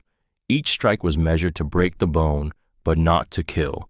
The goal was pain, not mercy. The wheel wasn't just a surface, it was part of the sentence. As the body broke, the shattered limbs were twisted through the spokes, threaded like rope, bent in directions bones were never meant to go. The screams that came from the breaking wheel weren't just sounds, they were prayers torn from the throat, for death, for silence, for the next blow to be the last. But it rarely was. Victims could survive for hours, in some cases days, laid out in the open air, their limbs wrapped grotesquely around the wheel, their bodies turned into living monuments of agony. Crows came, dogs, insects, rain soaked the wounds, sun blistered the skin, and still they hung there, alive, gasping, forgotten by God. Sometimes the coup de grace was granted, a final blow to the chest or head, but often they were left to die naturally of blood loss, shock, exposure, thirst. Crowds would gather again and again to stare, to gawk, to remember, because that was the point of the breaking wheel, to turn pain into public memory. It wasn't just punishment, it was spectacle, a body folded and looped over wood, a human form mangled into something grotesque. The wheel didn't simply break bones, it broke the illusion that anyone was safe. It whispered to every onlooker, "This could be you," and that whisper lingered long after the wheel stopped turning. Breast removal. Breast removal as torture is a violent desecration of identity, a targeted, intimate assault not just on the body, but on womanhood, dignity, and life itself. It was not done in silence. It was not done in haste. It was done publicly, deliberately, and with the sole intent of erasing femininity through pain so unbearable it silenced nations of women through fear. The act itself was savage and deeply personal. Sometimes it was performed with knives, sometimes with searing hot irons. The victim was restrained, exposed, and violated in front of crowds, soldiers, interrogators, people meant to witness the ritual of destruction. The skin was not just cut, it was ripped, torn from muscle and rib cage. There was no anesthesia, no care for blood loss or infection. The chest, once a symbol of nurture, softness, identity, was mutilated until it became an emblem of horror. The pain was beyond comprehension. It radiated from the chest into the neck, down the arms, through the lungs. Breathing felt like fire. Moving was impossible. Screaming was instinct. And yet the worst pain came not from the knife, but from the eyes, from the witnesses, from the hands that held her down, from the knowledge that this was not just about hurting, it was about erasing. In many regimes and wartime atrocities, breast removal was used as a tool of terror. Women were punished for their strength, for defiance, for being mothers, lovers, leaders. Their bodies were marked not for what they had done, but for what they represented. They were turned into warnings, scars stitched into the memory of every girl who saw them, every community that buried them, every family that lived in their silence afterward. And if the victim survived, the scars were lifelong, not just physical, but psychological. Clothing didn't hide the hollow. Mirrors didn't forget. Touch became foreign. Trust became impossible. And in the quiet after the torture, in the moments where the room emptied and the blood cooled, there was only one truth left hanging in the air. They didn't want to kill her. They wanted to unmake her. Caning is the art of punishment delivered in strikes, precise, deliberate, and devastating. A long rod, often made of rattan or bamboo, is swung across bare skin with force, speed, and terrifying accuracy. The victim is usually bent forward, restrained, stripped. Their back, buttocks, or thighs are exposed, vulnerable, waiting for the first blow. There is a split second of silence, then a crack like lightning, and then fire. The first strike stings, the second burns. By the third, the skin begins to split. Raised welts rise up in angry lines, some swelling, some breaking open. Bruises deepen into deep purples, blacks, and reds. But the pain isn't just on the surface, it travels down into the muscle, embedding itself like a buried flame. Each blow lands in a rhythm that the body can't predict, and that unpredictability becomes its own kind of torment. You flinch, you beg, but the cane doesn't stop. What makes caning so cruel is how controlled it is. The blows are meant to hurt, but not to kill. The torturer paces the pain, giving just enough time for nerves to register every lash. Some canings are over in minutes, others last for hours. Sometimes the cane is soaked in water or salt to increase the sting. Sometimes it's split at the end, so it bites like claws. It was, and in some places still is, used on prisoners, students, civilians, sometimes as punishment, sometimes as humiliation, always as a reminder of control. For the victim, the pain is one thing, but the shame, the exposure, the knowledge that others watch as your body is beaten into obedience that leaves scars no eye can see. Caning doesn't destroy, it disciplines. It's a weapon used to teach, to intimidate, to bend the will without breaking the body entirely. But it does break something: the trust in safety, the belief in mercy. After the bruises fade, the fear remains, the memory of the crack, the burn, the feeling of being turned into an object under someone else's hand, marked, trembling, and utterly silent. Forced drowning. Forced drowning is suffocation weaponized, an assault not with blades or fire, but with the very substance meant to give life. It is the sensation of death arriving in waves, again and again, without ever finishing the job. Victims are plunged, held, dragged beneath the surface, into rivers, barrels, basins, or even their own vomit, until the lungs beg, the heart races, and the mind fractures in blind panic. The first moments are filled with shock. Water invades the nose, the mouth, the throat. The body thrashes, not in defiance but in desperation. Breathing is not a choice anymore. It becomes instinct, and when air doesn't come, water does. The chest tightens, and the brain enters a primal terror, louder than pain, more consuming than fire. It is the terror of not being able to breathe, of screaming without sound, of clawing in darkness while the world closes in from every direction. Sometimes the drowning is slow. Victims are submerged for just long enough to black out, then yanked back up, coughing, choking, gasping like newborns returned from the grave. Just as the air fills their lungs again, they're shoved back under, over and over. Each cycle frays the edges of sanity. The body trembles, muscles give out, and soon the victim no longer fights because the fight has left them. Other times, drowning is crueler still, tied to stones, weighed down in swamps, or thrown into rivers with hands bound, left not only to die, but to know they are dying. Water becomes a tomb, the silence below the surface a cruel chorus. The aftermath, if survival is allowed, is no less haunting. Victims live with inflamed lungs, damaged vocal cords, and unrelenting fear of water, of baths, of rain. They wake choking in the night. They avoid mirrors that reflect the same horror they saw just beneath the surface. Forced drowning doesn't spill blood. It leaves no wound, but it drowns the soul long before the lungs. And in that suffocating silence, there is only one certainty: death is near, but not yet. And that is the cruelest part. Thumb screws. Thumb screws are torture distilled into its purest form. Compression. They do not lash or slice. They do not leave the body sprawled in ruin. Instead, they focus pain into one tiny, excruciating point, the joints of the fingers or toes.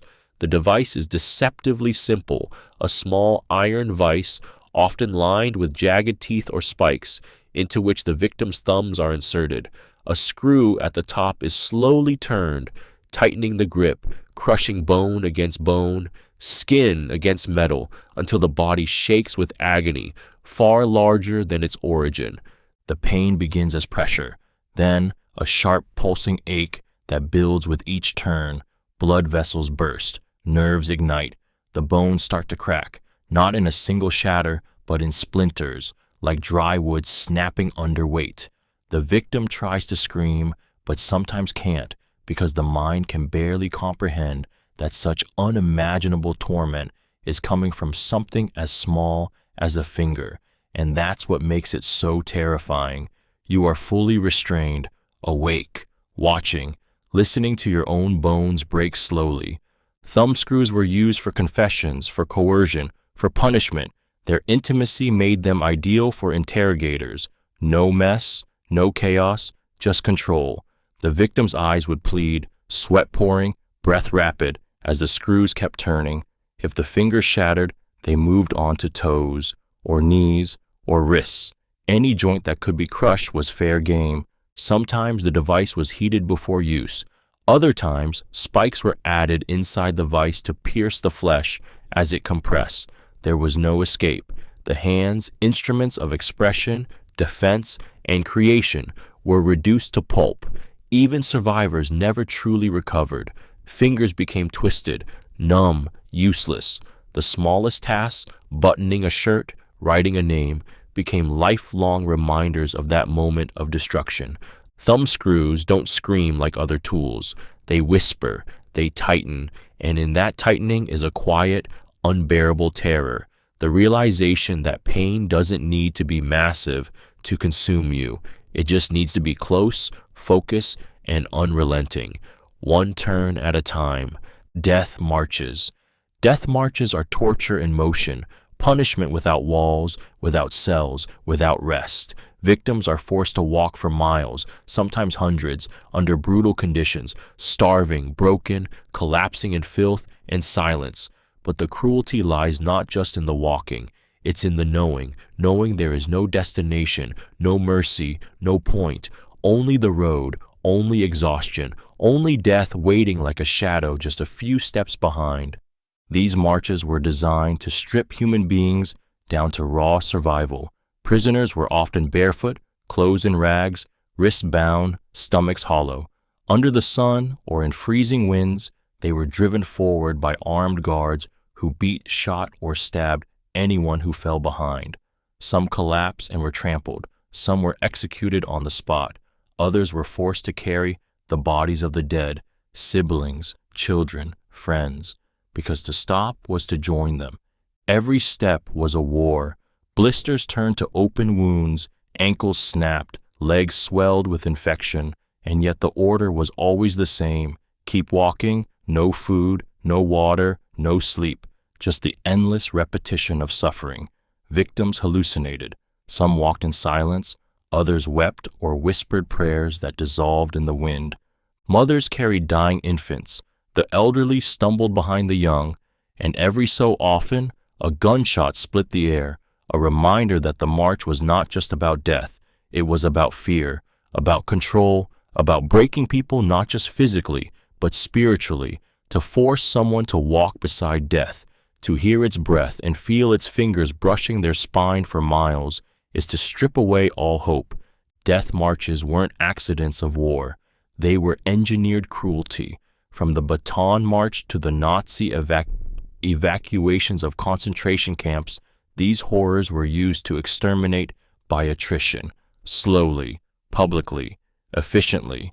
And for those who survived, the road never ended. The rhythm of boots in mud, the stench of blood and rot, the sound of crying children silenced too soon, these memories walked beside them for the rest of their lives, because the march was not just something they endured, it was something they became. Flaying. Flaying is the slow surgical removal of a person's skin while they are still alive, a punishment so grotesque, so intimate in its violence, that it transcends torture and becomes a ritual of erasure. It doesn't begin with screaming, it begins with the cut, a small incision, precise and deliberate, near the wrist, the neck, or behind the knee. Then, inch by inch, the skin is peeled back, not torn, but separated.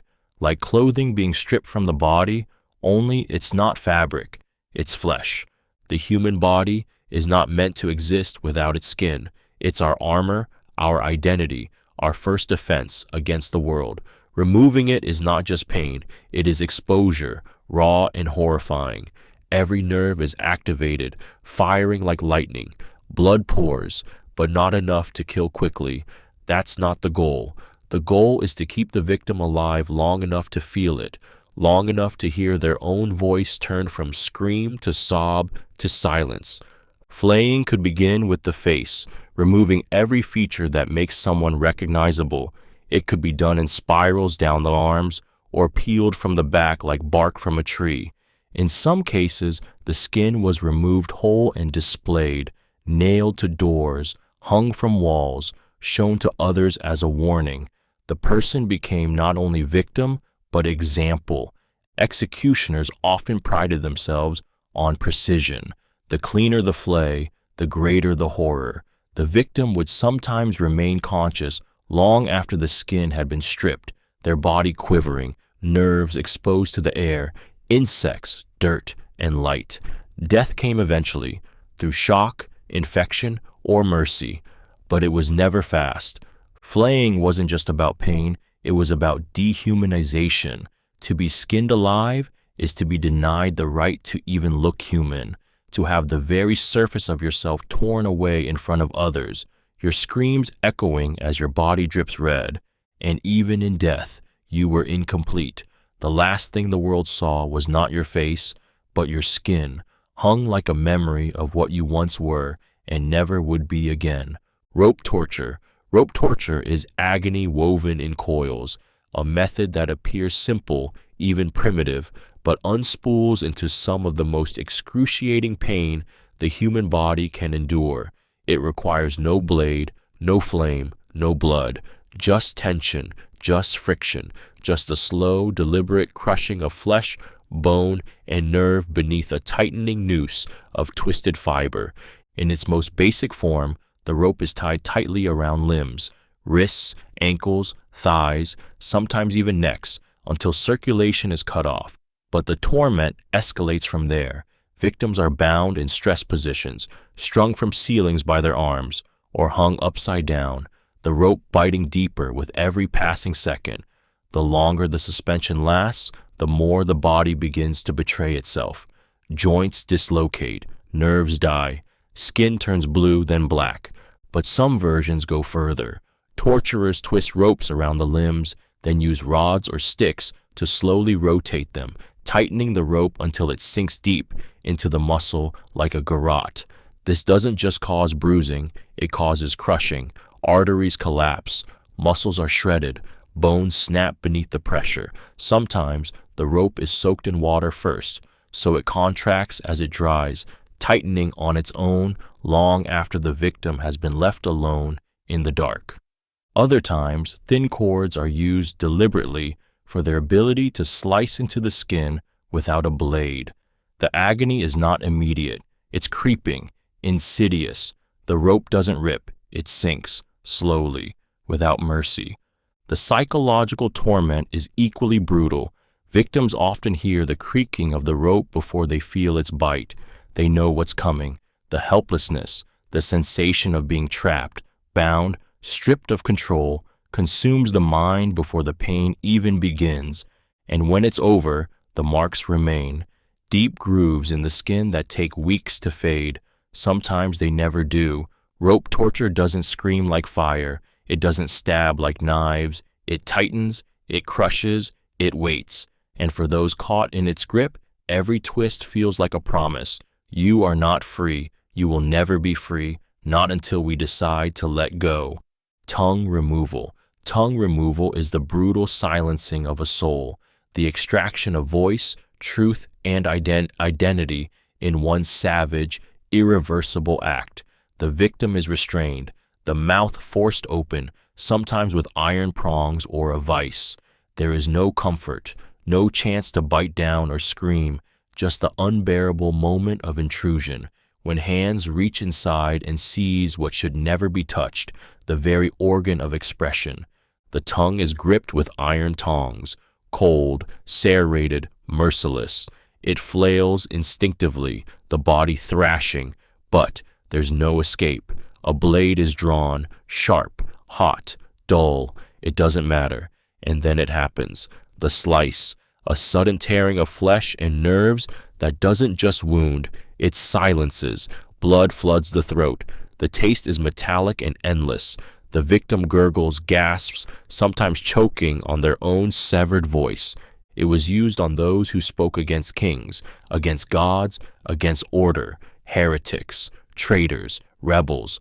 The punishment wasn't just meant to hurt, it was meant to erase defiance, to turn words into scars. After the act, the mouth is never the same, speech is gone, eating becomes agony, every breath tastes like shame, every attempt to communicate is a reminder of what was taken.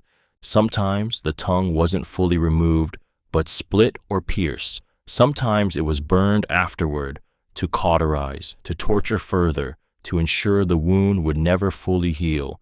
Victims were mocked as they tried to speak again, their mutilated mouths producing only gas or garbled cries. This wasn't just physical violence, it was psychological execution. The tongue is more than flesh. It holds stories, secrets, identities. Its removal is a declaration. You don't deserve to speak. It turns a person into a mute vessel of pain, unable to explain, unable to defend, forever unheard. And the silence left behind doesn't feel like peace. It feels like a scream that never ends, trapped in a throat that will never speak again. Pillywinks, also known as thumbscrews, are torture in miniature, a compact device that turns the body's smallest joints into pressure points of unspeakable agony. Crafted from iron, this mechanism was built for focus, not spectacle. No grand gestures, no violent thrashing, just the slow mechanical crushing of fingers or toes until bone, flesh, and nerve gave way with a sickening pop. The victim's digits were placed carefully between two metal bars lined with jagged edges or ridged grips. Then the screw was turned. At first there was pressure, then tension, then pain, deep, sharp, hot, coursing up the arm, bypassing skin and going straight into the marrow. The bones didn't break all at once. They cracked, splintered, fragmented under the tightening steel. Fingernails split, blood squeezed out from beneath the skin, joints burst, nerves screamed, but the device was patient. It could keep turning, and turning, and turning. Pillywinks were often used in interrogation, not to kill, but to extract. A name, a confession, a betrayal. They didn't ask for everything, just enough, just a whisper, offered between clenched teeth and howls. The victim knew the worst was still ahead, that one more turn could mean permanent mutilation, and so they begged, lied, screamed for mercy, anything to make the crushing stop. In some cases, the torture would start with the smallest fingers and move up, each turn a message, we are not done yet. In others, the device was applied to toes, slowly robbing the victim of their ability to walk. The pain radiated upward, paralyzing the body in terror. What made Pillywinks so insidious was how quiet they were. No loud machinery, no flames, just the grinding whisper of metal on metal, the hiss of breath through clenched teeth, and the soft, wet crack of a knuckle surrendering under pressure. When it ended, the fingers didn't bend.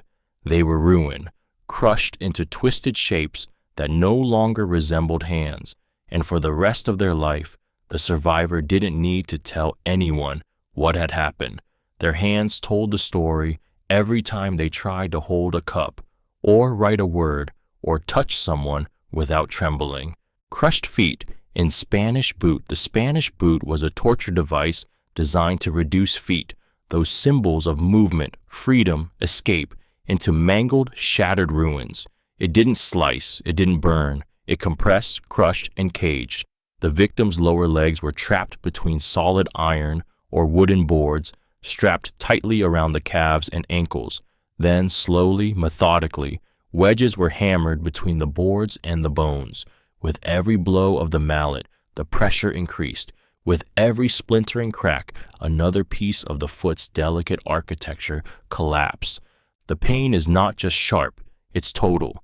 The feet contain over 50 bones, countless nerve endings, and delicate tendons that allow for balance, agility, life. And one by one, the boot destroyed them all. First, the metatarsals snap, those long bones just beneath the skin. Then the arch gives way, flattening with unnatural resistance. Toes dislocate, twist backward, sometimes sheared clean off by the pressure. The victim writhes, screams, foams, but the boots keep closing in. Some versions of the boot were heated before use so that flesh cooked while bones cracked, swelling the skin and trapping the victim even tighter. Others had spikes inside so that as the boot tightened, it didn't just crush, it pierced. Blood would gush from toes, from heels, pooling on the stone floor. But the executioner's rhythm never changed. Wedge, hammer, wait. Wedge, hammer, break. This method didn't aim for death. It aimed for permanent destruction. Survivors rarely walked again. Their feet, if not amputated, became useless lumps of scar tissue and fragmented bone. But perhaps worse than the pain was the message. You will never run from this. Your body, your freedom, your ability to stand tall, taken. The Spanish boot was used in inquisitions, interrogations, and punishments across Europe. And long after the devices rusted away, the memories endured in survivors' twisted gaits, in their nightmares, in the hollow ache that never left their bones. It wasn't just torture, it was immobilization by agony. The boot didn't need flames or chains, it needed only pressure, relentless, intimate, ruinous pressure, until the body collapsed inward on itself and the soul followed. Acid torture. Acid torture is destruction made liquid, a form of suffering that dissolves identity drop by agonizing drop. It begins not with a blade, but with a vial, a cup, a syringe. Inside it, something invisible and cold, acid strong enough to burn through flesh, disfigure a face, or hollow out a limb in seconds. There is no warning, no gradual onset of pain. When acid touches skin, it eats, it smokes, it bubbles, and it never stops hurting. Victims are often restrained. They know what's coming. That anticipation alone is psychological torment, knowing that something is about to touch your body and turn it into ruin. The first drop lands, and the skin hisses. It blisters instantly, then peels, then blackens. The nerves scream louder than the mouth. If the acid reaches the eyes, it blinds. If poured into the mouth, it destroys the tongue, the throat, the voice itself. Some torturers inject acid into wounds or press soaked cloths against sensitive areas, genitals, eyes, armpits, so the burn reaches places most people can't even imagine feeling pain. Acid torture doesn't end when the acid stops. The chemical continues to devour tissue long after contact, seeping into muscle, even to bone. Victims often feel like they are melting from the inside out. The pain is so sharp, so consuming, it overrides the body's ability to think. Some pass out, some wish they could. And then comes the aftermath, the disfigurement, faces half melted, limbs useless, skin turned into gnarled maps of scar and trauma. The scars scream just as loud as the act itself, forever visible, forever raw.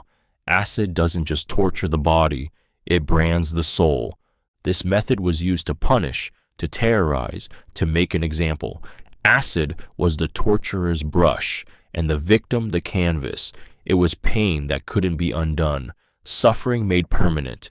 There is no silence in acid torture, no forgetting, only the sound of flesh dissolving, the smell of ruin in the air, and the knowledge that something once whole has been unmade and will never be whole again.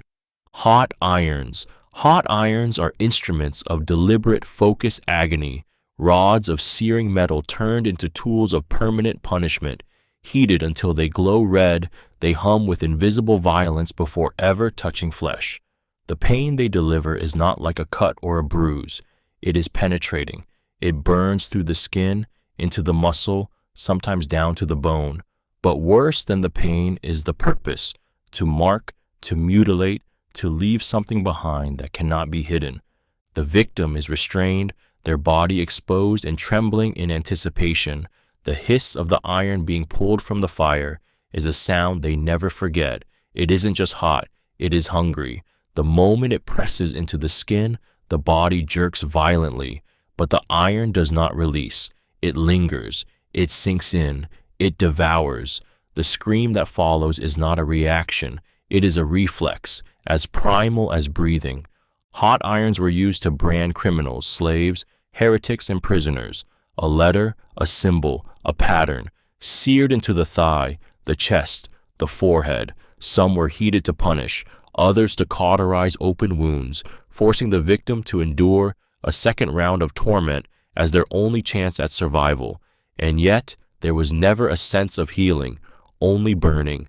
Sometimes the iron was shaped into a grotesque tool, a claw, a fork, a spike, meant to gouge, to crush, to sear into orifices and eyes. Others were used in waves, multiple irons pressed across the body like a ritual of destruction. The smell is unforgettable. Burned skin, hair, blood turned to smoke. The wounds bubbled, infected, scarred. But even after they healed, they told a story that could never be erased. Hot irons didn't just hurt in the moment. They haunted.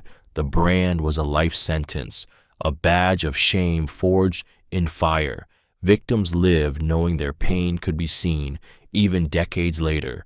And the worst part? That heat, the unbearable, suffocating heat, never leaves their memory. It flickers behind their eyes in every nightmare. It hisses in the silence. It burns forever. Shrew's Fiddle. The Shrew's Fiddle was not forged to kill, but to humiliate, to force silence by locking a person inside their own shame. Also called the neck violin, it was a wooden or iron device that clasped around the neck and wrists in front of the body, binding them in a rigid, unmovable posture. The arms were locked in place, elbows bent sharply, the head was held low, the body was exposed, and the soul, in time, unraveled.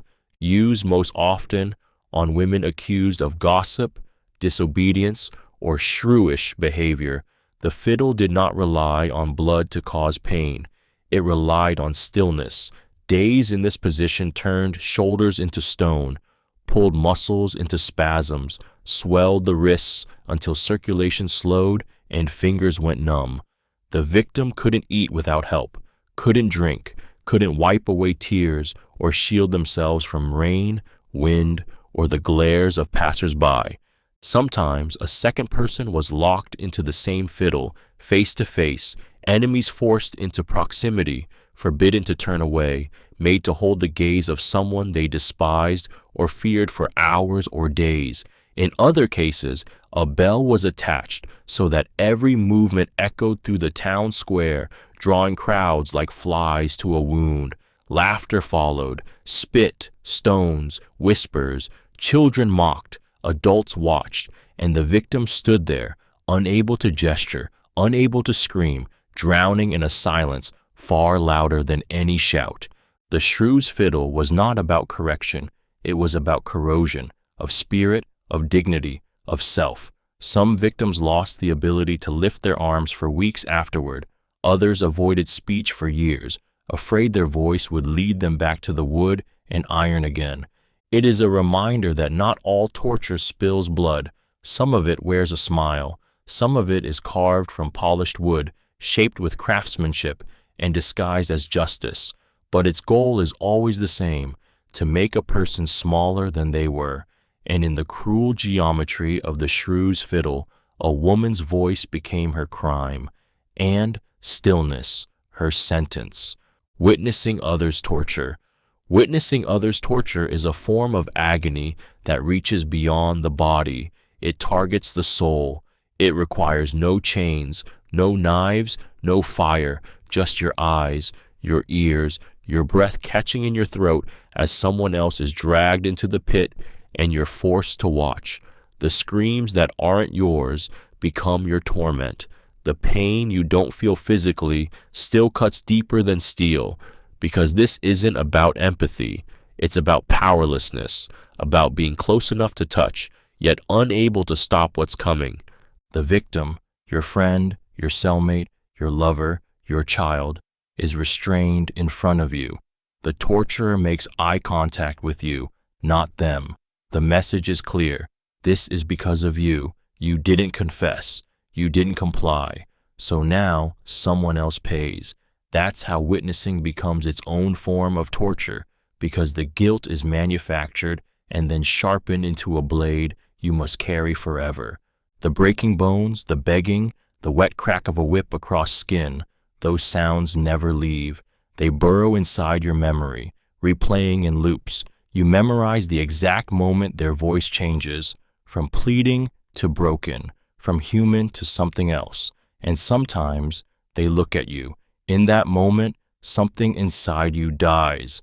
This method has been used across centuries: totalitarian regimes, religious inquisitions, military black sites. In every case, the logic is twisted and cruel.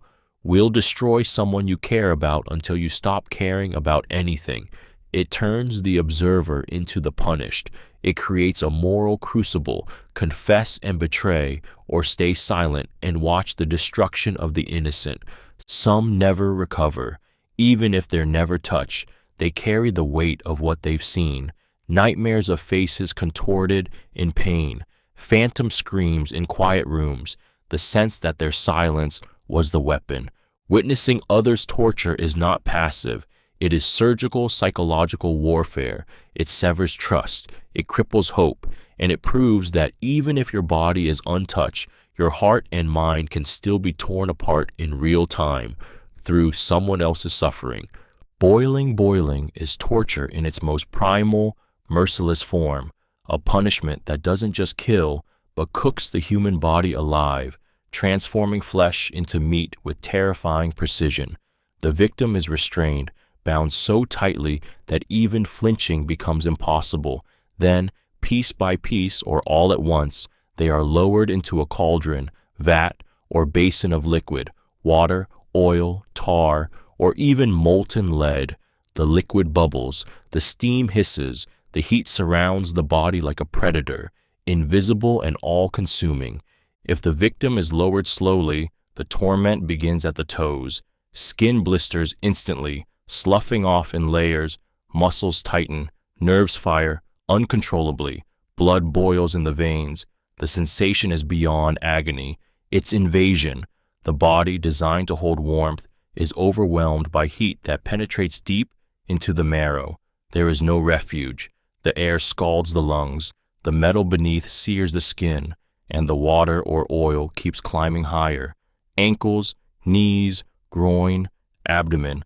With each inch, a new layer of the body is claimed by heat. Screams fill the air, distorted by rising steam, until the vocal cords themselves are damaged, either from raw screaming or from the superheated air inhaled in desperation.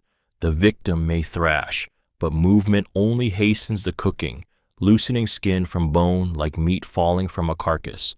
Some executions use boiling as a slow punishment, hours of submersion, with breaks in between to prolong the horror. Others inflicted it all at once, dunking the body fully, watching it spasm and seize before sinking into silence. Boiling was public, theatrical, meant to horrify. Crowds gathered, children watched, and the smell, burning hair, seared skin, vaporized blood, lingered in the air long after the screaming stopped. This wasn't just death, it was transformation. The human form reduced to stew, a person rendered unrecognizable. Boiling didn't aim to merely end life, it aimed to erase it, to cook the soul out of the flesh, slowly, visibly, completely. It is the purest form of destruction, heat without mercy, pain without escape. Verbal abuse and degradation. Verbal abuse and degradation is torture without touch, a slow dismantling of the soul through language. No chains, no flames, just words, spoken with surgical cruelty until the victim begins to believe them, until self-worth is not just damaged, it is replaced. This is the weaponization of speech, a voice in your ear that never stops reminding you that you are worthless, disgusting, broken, unlovable. It doesn't always start with screaming. Sometimes it's calm, controlled, a whisper that cuts deeper than a blade, mocking, shaming, undermining. You're nothing. Everyone hates you. You deserve this, over and over, until the victim stops resisting and starts agreeing.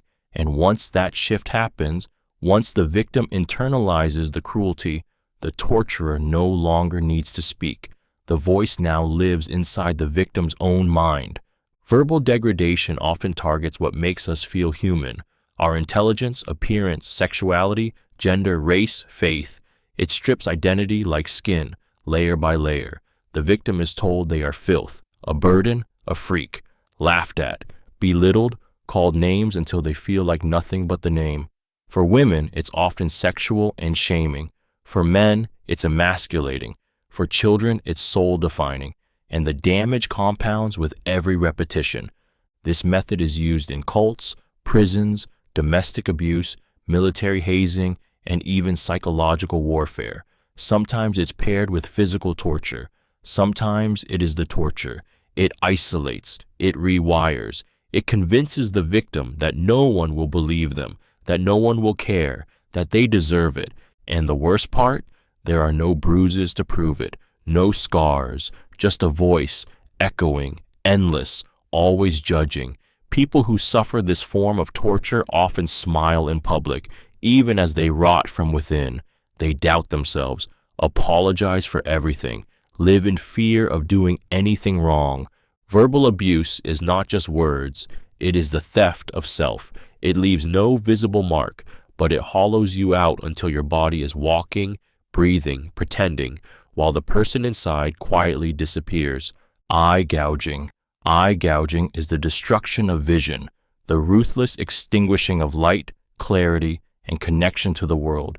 It is a punishment that does not just maim the body, but severs a person's relationship with reality, transforming every remaining moment of life into darkness and memory. The act is intimate, often done by hand or with cruel precision instruments, blunt hooks, knives, iron tongs, each designed to invade the most delicate, protected part of the human face. The victim is restrained, forced to keep their head still, eyelids pried open, sometimes sewn or clamped. There's no room to turn away, no ability to close what instinct screams to protect. And then, pressure, a thumb jammed into the socket, a sharp tool twisted behind the eye, slicing the optic nerve, rupturing the fragile globe. The eye pops. It doesn't bleed. It bursts, releasing vitreous fluid down the cheek like a slow, warm tear. The scream that follows is not just pain, it's panic, a terror that spirals through the brain as light fades and everything blurs into blood-red nothing.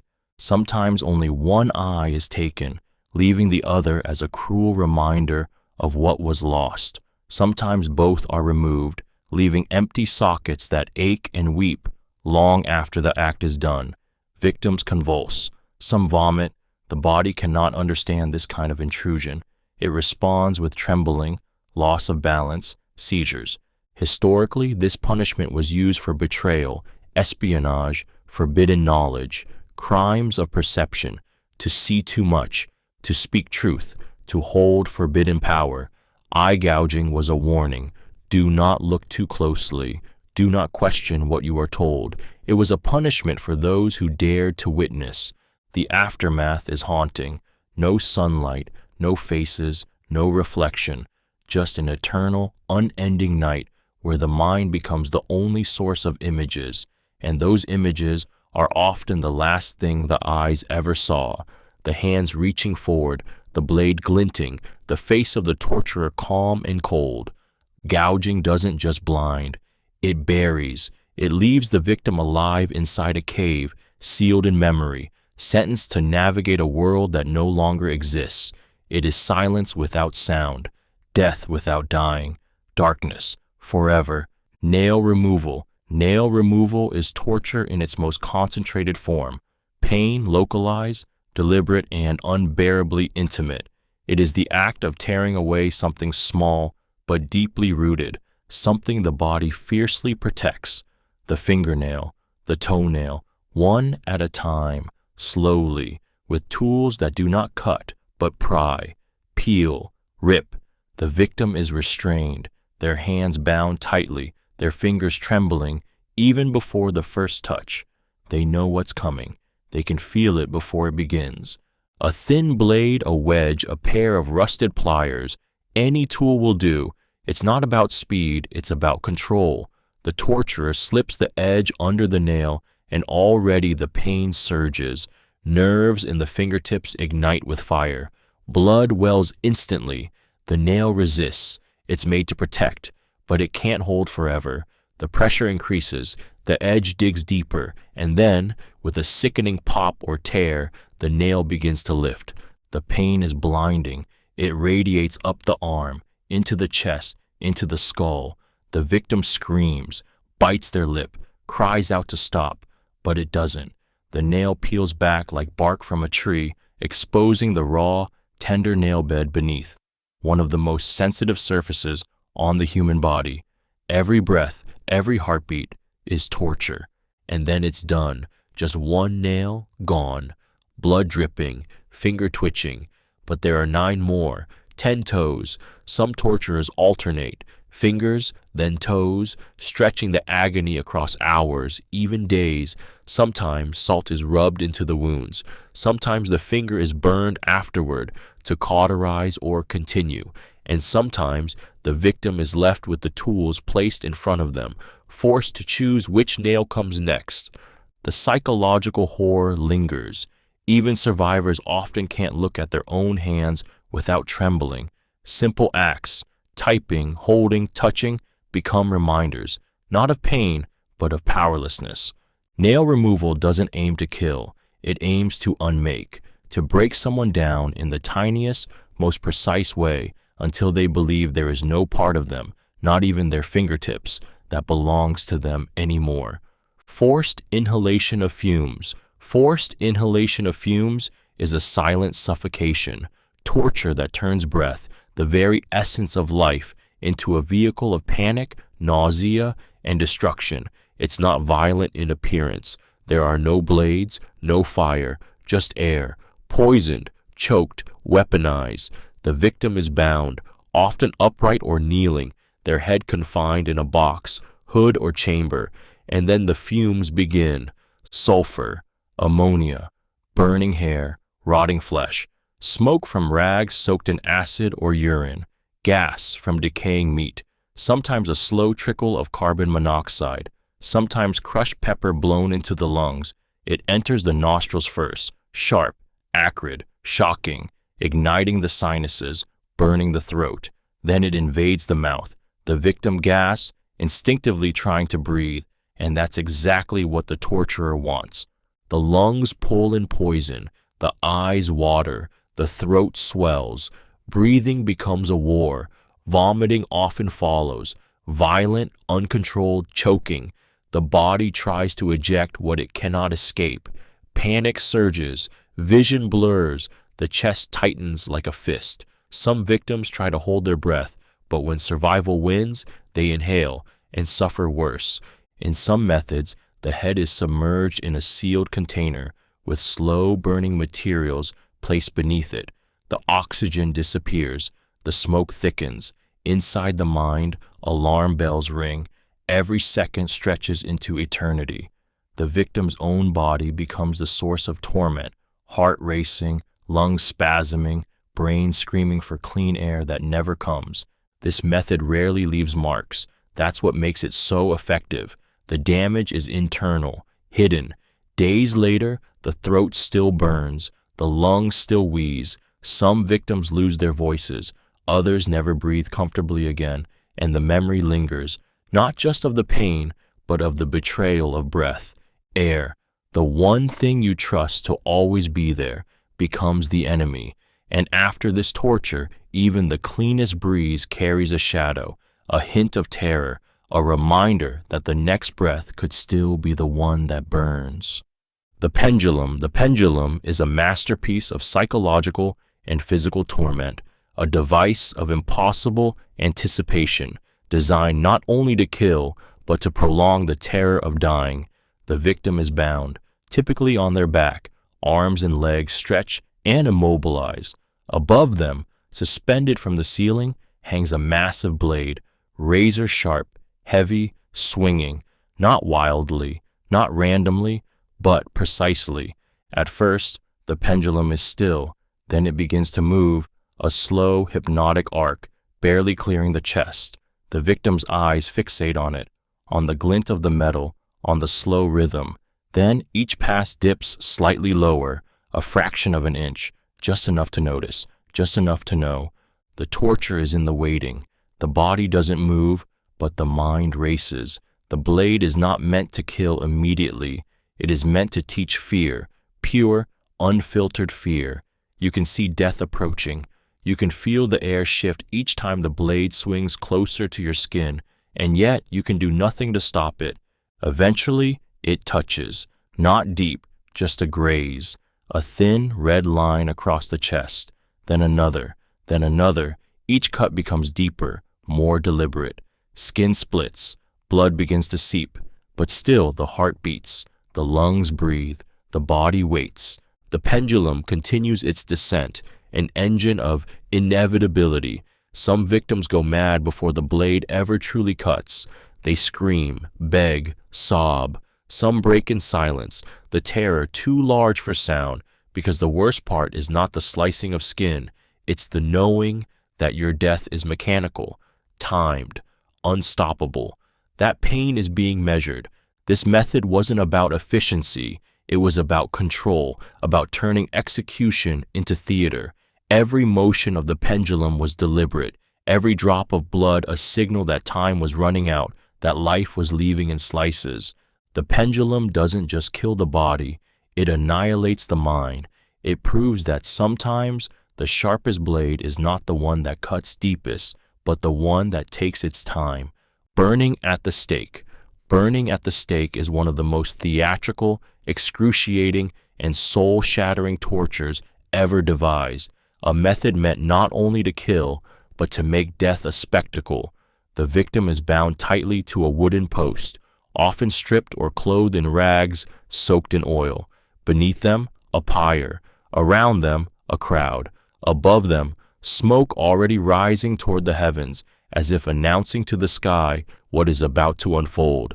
There is no silence here, no solitude, just fire, flesh, and the collective gaze of those come to watch someone be consumed alive. The first sensation is heat, sharp, stabbing, unnatural. The flames lick at the feet and legs first, blistering skin, blackening hair. The body tries to recoil, but the ropes hold tight. The agony climbs upward. Skin melts, muscle contracts. The mouth opens to scream, but the smoke invades first. It floods the lungs, turning breath into ash. The voice turns to coughing, then gagging, then silence. But the pain hasn't ended. It's just begun. As the fire rises, fat boils beneath the skin, causing it to split and bubble. Eyelids burn away. Teeth crack. Some victims are lucky. They lose consciousness from the smoke before the fire takes them fully. Others do not. They feel every second of themselves being undone by heat, stripped of shape, dignity, and recognition. Historically, burning was reserved for those society deemed untouchable, witches, heretics, traitors. It was religious, moral, symbolic. The fire wasn't just killing the body, it was believed to be purging the soul. Crowds didn't just watch, they cheered, believing they were witnessing righteousness as the flames devoured someone's life. And when it was over, nothing remained but charred bones, the smell of burnt human fat, and silence thick with smoke. The stake stood as a marker of death, of fear, of what happens when you break the rules written in blood and scripture. Burning at the stake wasn't just about ending a life, it was about erasing it in the most visible, irreversible way. And in the minds of those who watched, it left a scar almost as deep as the one burned into the earth below. Poison administration. Poison administration is torture hidden in stillness, a method of destruction so quiet, so elegant, it often begins without the victim realizing they are dying. It doesn't always come in a vial or a dramatic goblet. Sometimes it's in food, in water, in breath. Sometimes it's rubbed into skin or injected beneath a fingernail. There is no need for chains or blades. The body becomes the battleground, and the torment is waged from the inside out. The poison's effect depends on the intent. Some were chosen for speed, death within minutes, a final flash of agony. Others were chosen for duration, arsenic, cyanide, ricin, thallium. Each delivered a different symphony of suffering: burning throats, vomiting blood, paralysis, hallucinations, skin sloughing from bone. Some made the heart race to the point of rupture. Others slowed it to a crawl, suffocating the organs one by one. The worst poisons are the ones that mimic illness. The victim doesn't scream. They wither, they weaken, their fingernails turn blue, their mouth goes dry, their breath stinks of rot. They feel the breakdown happening cell by cell, and there is no way to stop it. Medical help may even worsen it, misdiagnosing symptoms, treating the wrong cause, and all the while the torturer watches, smiling, waiting, knowing exactly what is happening beneath the victim's skin. Some poisons were used to elicit confessions, not by killing, but by lingering. Small doses administered over time, keeping the body in a state of constant pain, nausea, cramping, blinding headaches. Just enough to make sleep impossible, thoughts scattered, resolve broken. It makes the mind vulnerable, the will dissolves. Eventually, the victim confesses to anything, not to make the pain stop, but because they no longer know what's real. Poison doesn't scream, it whispers. It's torture without visible force, which is what makes it so terrifying. There is no struggle, no witness, only the body betraying itself, obeying a death sentence it never saw coming. And when death finally arrives, it often looks like surrender, not from weakness, but from the slow, merciless betrayal that began with just one sip, one breath, one touch. The Judas Cradle. The Judas Cradle is torture disguised as geometry, a pyramid of agony designed to turn the act of sitting into slow, surgical destruction. At first glance, the device appears almost clean, a tall wooden structure with a sharply pointed, pyramid-shaped tip. But it is not the structure that tortures. It is the position. The victim is stripped naked, bound by ropes at the wrists and ankles, and slowly lowered onto the tip of the pyramid, its point positioned beneath the anus or vagina. There is no impact, no sudden violence, just the unbearable creeping weight of the body pressing downward onto a surface that was never meant to hold it. The point does not cut, it pierces. Millimeter by millimeter, the victim is impaled by their own gravity. Skin tears, muscle stretches, internals rupture in silence. Every twitch, every movement, every breath deepens the suffering.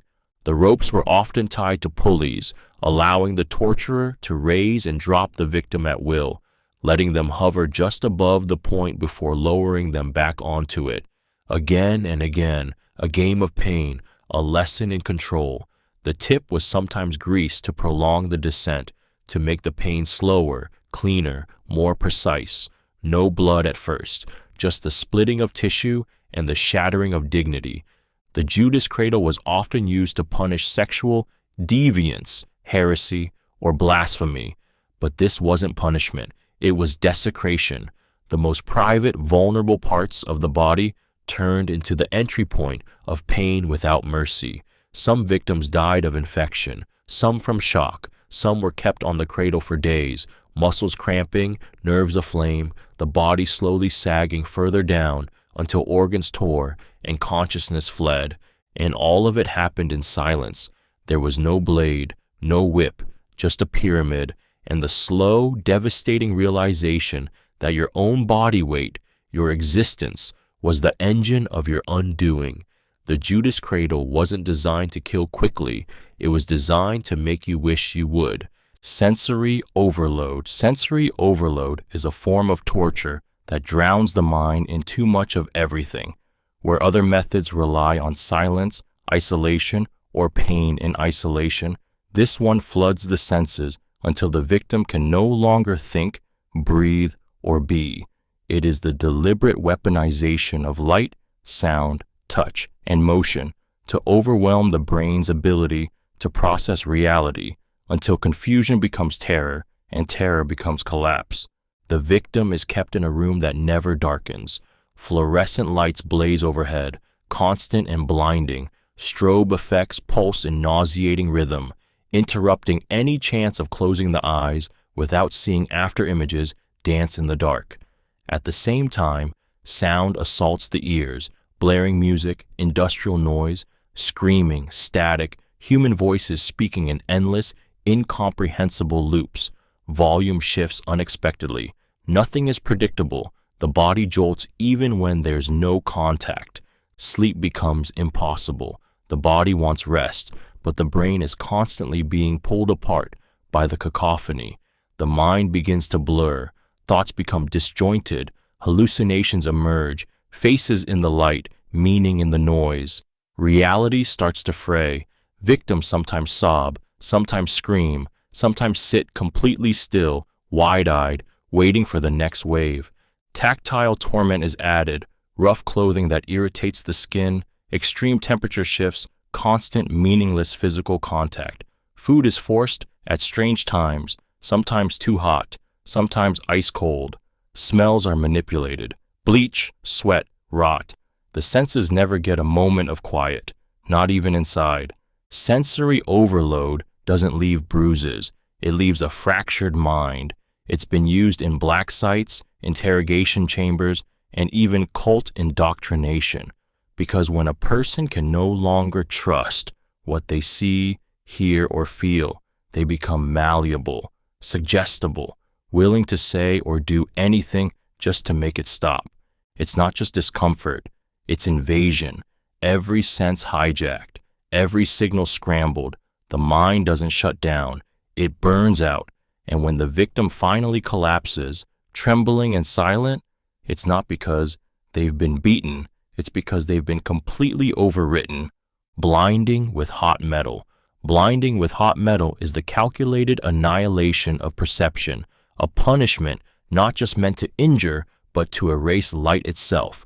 It doesn't start with a scream, it starts with heat, the sizzle of iron in flame, the unbearable glow of molten metal rising in temperature, while the victim, bound, gagged, helpless, can do nothing but listen, smell, anticipate. The eyes are forced open, sometimes with hooks, sometimes with hands, sometimes the victim is strapped down, head fixed in place so tightly that they cannot flinch. The red-hot rod, often shaped into a spoon, a rod, or even tongs, is brought closer. The heat singes eyelashes before it ever touches the eye. The air smells of burning flesh before the first contact. And then it happens. The metal is pressed into the socket or jabbed directly onto the eyeball. The pain is instant, searing, total. There is no dulling, no fading. The eyeball boils, pops, melts. The victim thrashes, but the restraints hold firm. And if the tormentor wishes to prolong it, they take one eye at a time, first the left, then hours later, the right. The agony is not just physical, it is existential, because when the light dies, so does something else. Sometimes the act is symbolic, used to punish those who saw too much, who defied power, or bore witness to truths they were never meant to speak. Other times, it's punitive, meant to blind prisoners, heretics, lovers accused of betrayal. In every case, the aftermath is the same. Darkness, permanent, smothering. There is no healing from this, only silence, blackness, dependence. The victim cannot see the faces of their family, cannot see the walls of the cell that holds them. Every breath becomes uncertain, every sound a threat. The world becomes a cruel echo of what it once was. Blinding with hot metal is not just mutilation, it is erasure of the world. It tells the victim, you do not deserve to witness, you do not deserve beauty, you will live in the dark, because pain is now your only vision. Hair pulling and scalp tearing is a raw, primal form of torture, inflicted not with steel or flame, but with the most instinctual violence. Grip, rip, repeat. At first glance, it may seem minor, childish, even theatrical, but there is nothing theatrical about the sensation of one scalp being peeled from the skull strand by strand. It begins with a handful of hair, usually seized suddenly, violently. The head jerks back, the neck strains, the victim's body stiffens as the nerves along the scalp light up like fire across dry fields. The scalp is incredibly sensitive, dense with nerve endings and thinly stretched over bone. When hair is pulled with force, it doesn't just cause pain, it ignites a deep, searing panic. The follicles tear, blood rises, the skin begins to swell and bruise, and if the pulling continues, fist after fist, tug after tug, the scalp starts to separate from the skull. Sometimes it's torn in chunks, sometimes in long strips, leaving patches of bald, bleeding flesh glistening in air.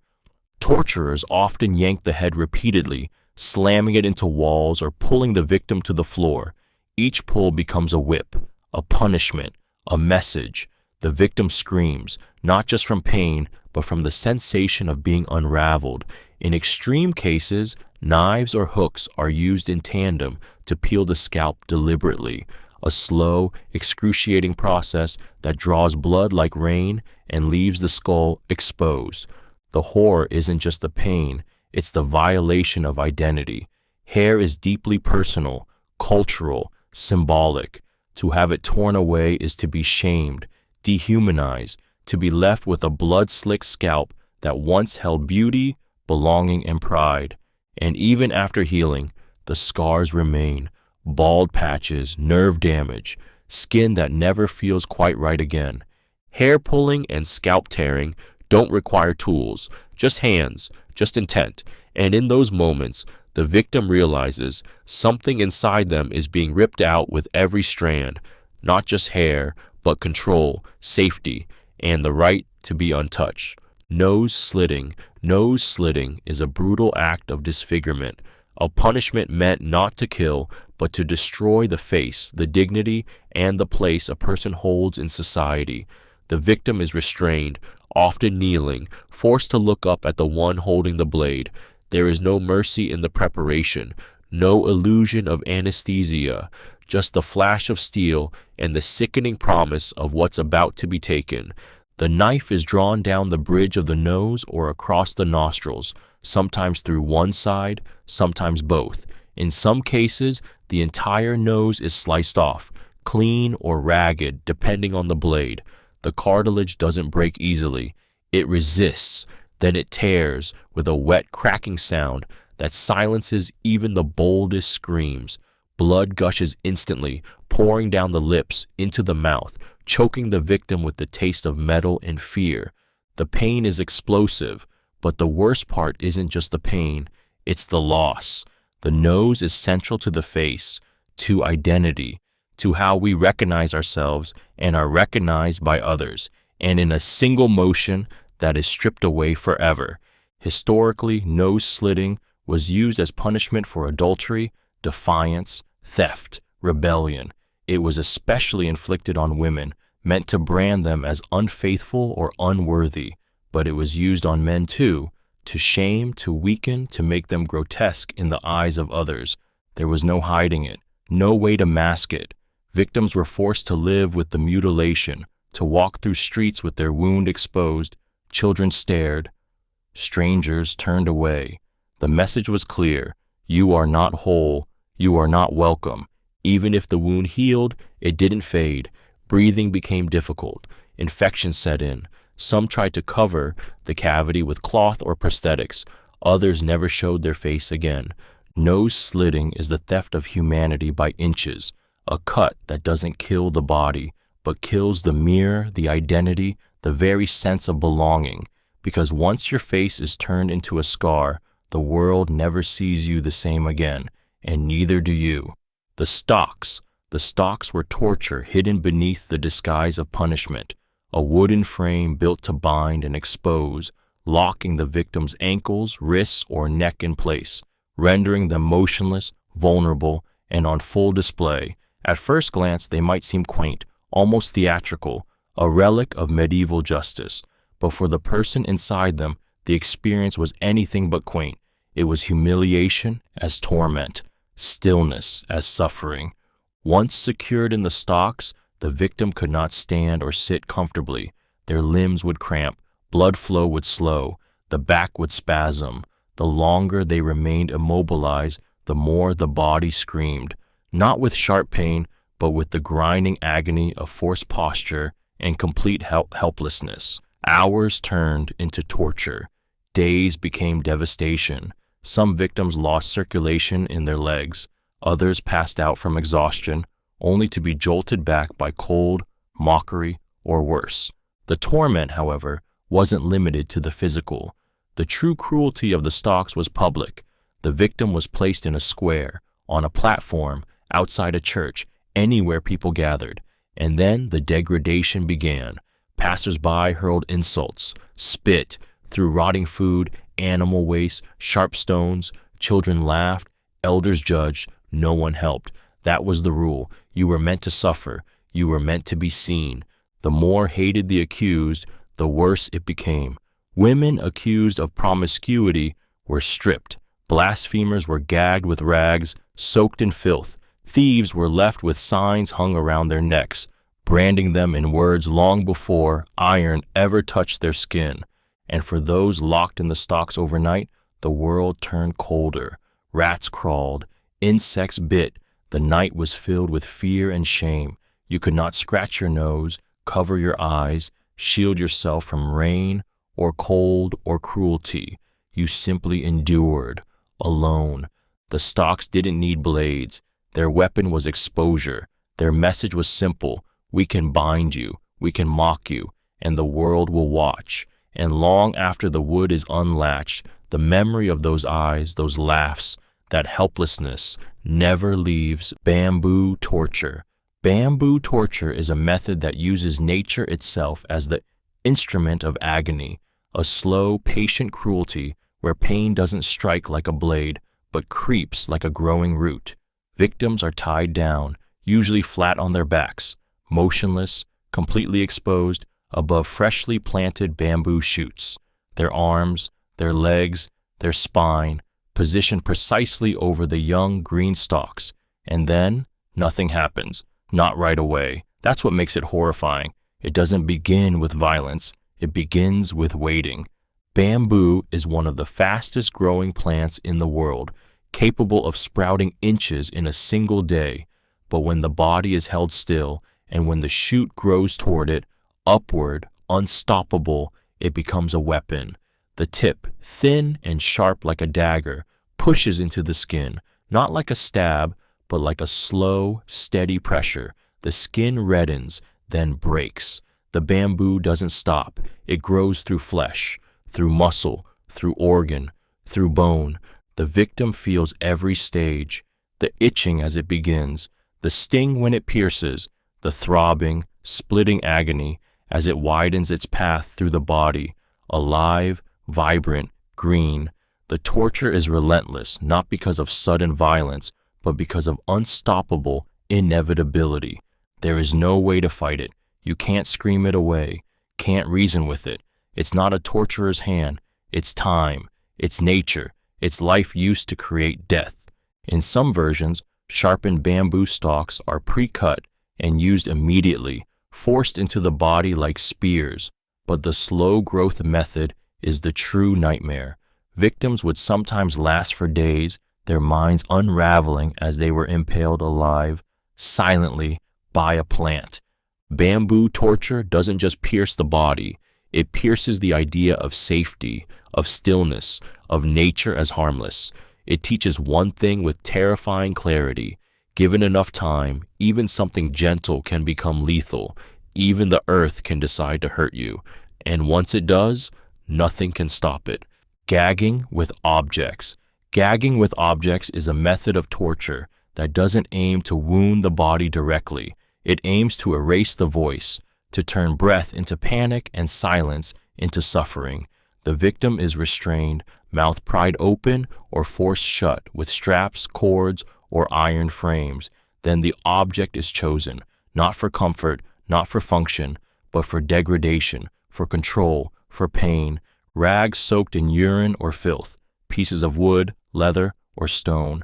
Iron gags shaped to stretch the jaw to breaking. Some were jagged, some smooth, some meant to choke, others meant to cut. The goal was not simply to keep the victim quiet, it was to rob them of expression. No scream, no plea, just muffled gas, guttural gurgles, panic swelling behind wide, terrified eyes. One of the most horrific elements of this torture is the intimacy. The mouth is vulnerable, personal. Inserting something against a person's will violates not just the body, but the soul. The gag is pushed deep, far enough to make the throat convulse, to make bile rise. The tongue swells around it. Breathing becomes a calculation. One nostril clogs, and terror explodes. Some gagged victims suffocated slowly, dying with tears rolling down their cheeks, unable to beg, unable to scream. Iron gags, like the scold's bridle, had sharp metal plates pressed down on the tongue. If the victim moved or tried to speak, it would slice the flesh inside their mouth.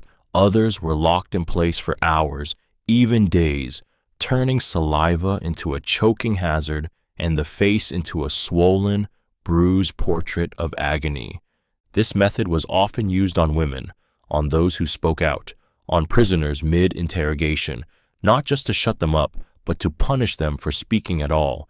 Gagging with objects is torture through silence. It tells the victim, your voice is no longer yours, your breath, your words, your very right to be heard, taken, and in that suffocating, dehumanizing quiet, something deep inside breaks, not with blood, but with shame and helplessness, and the slow, horrifying realization that silence can scream louder than anything else.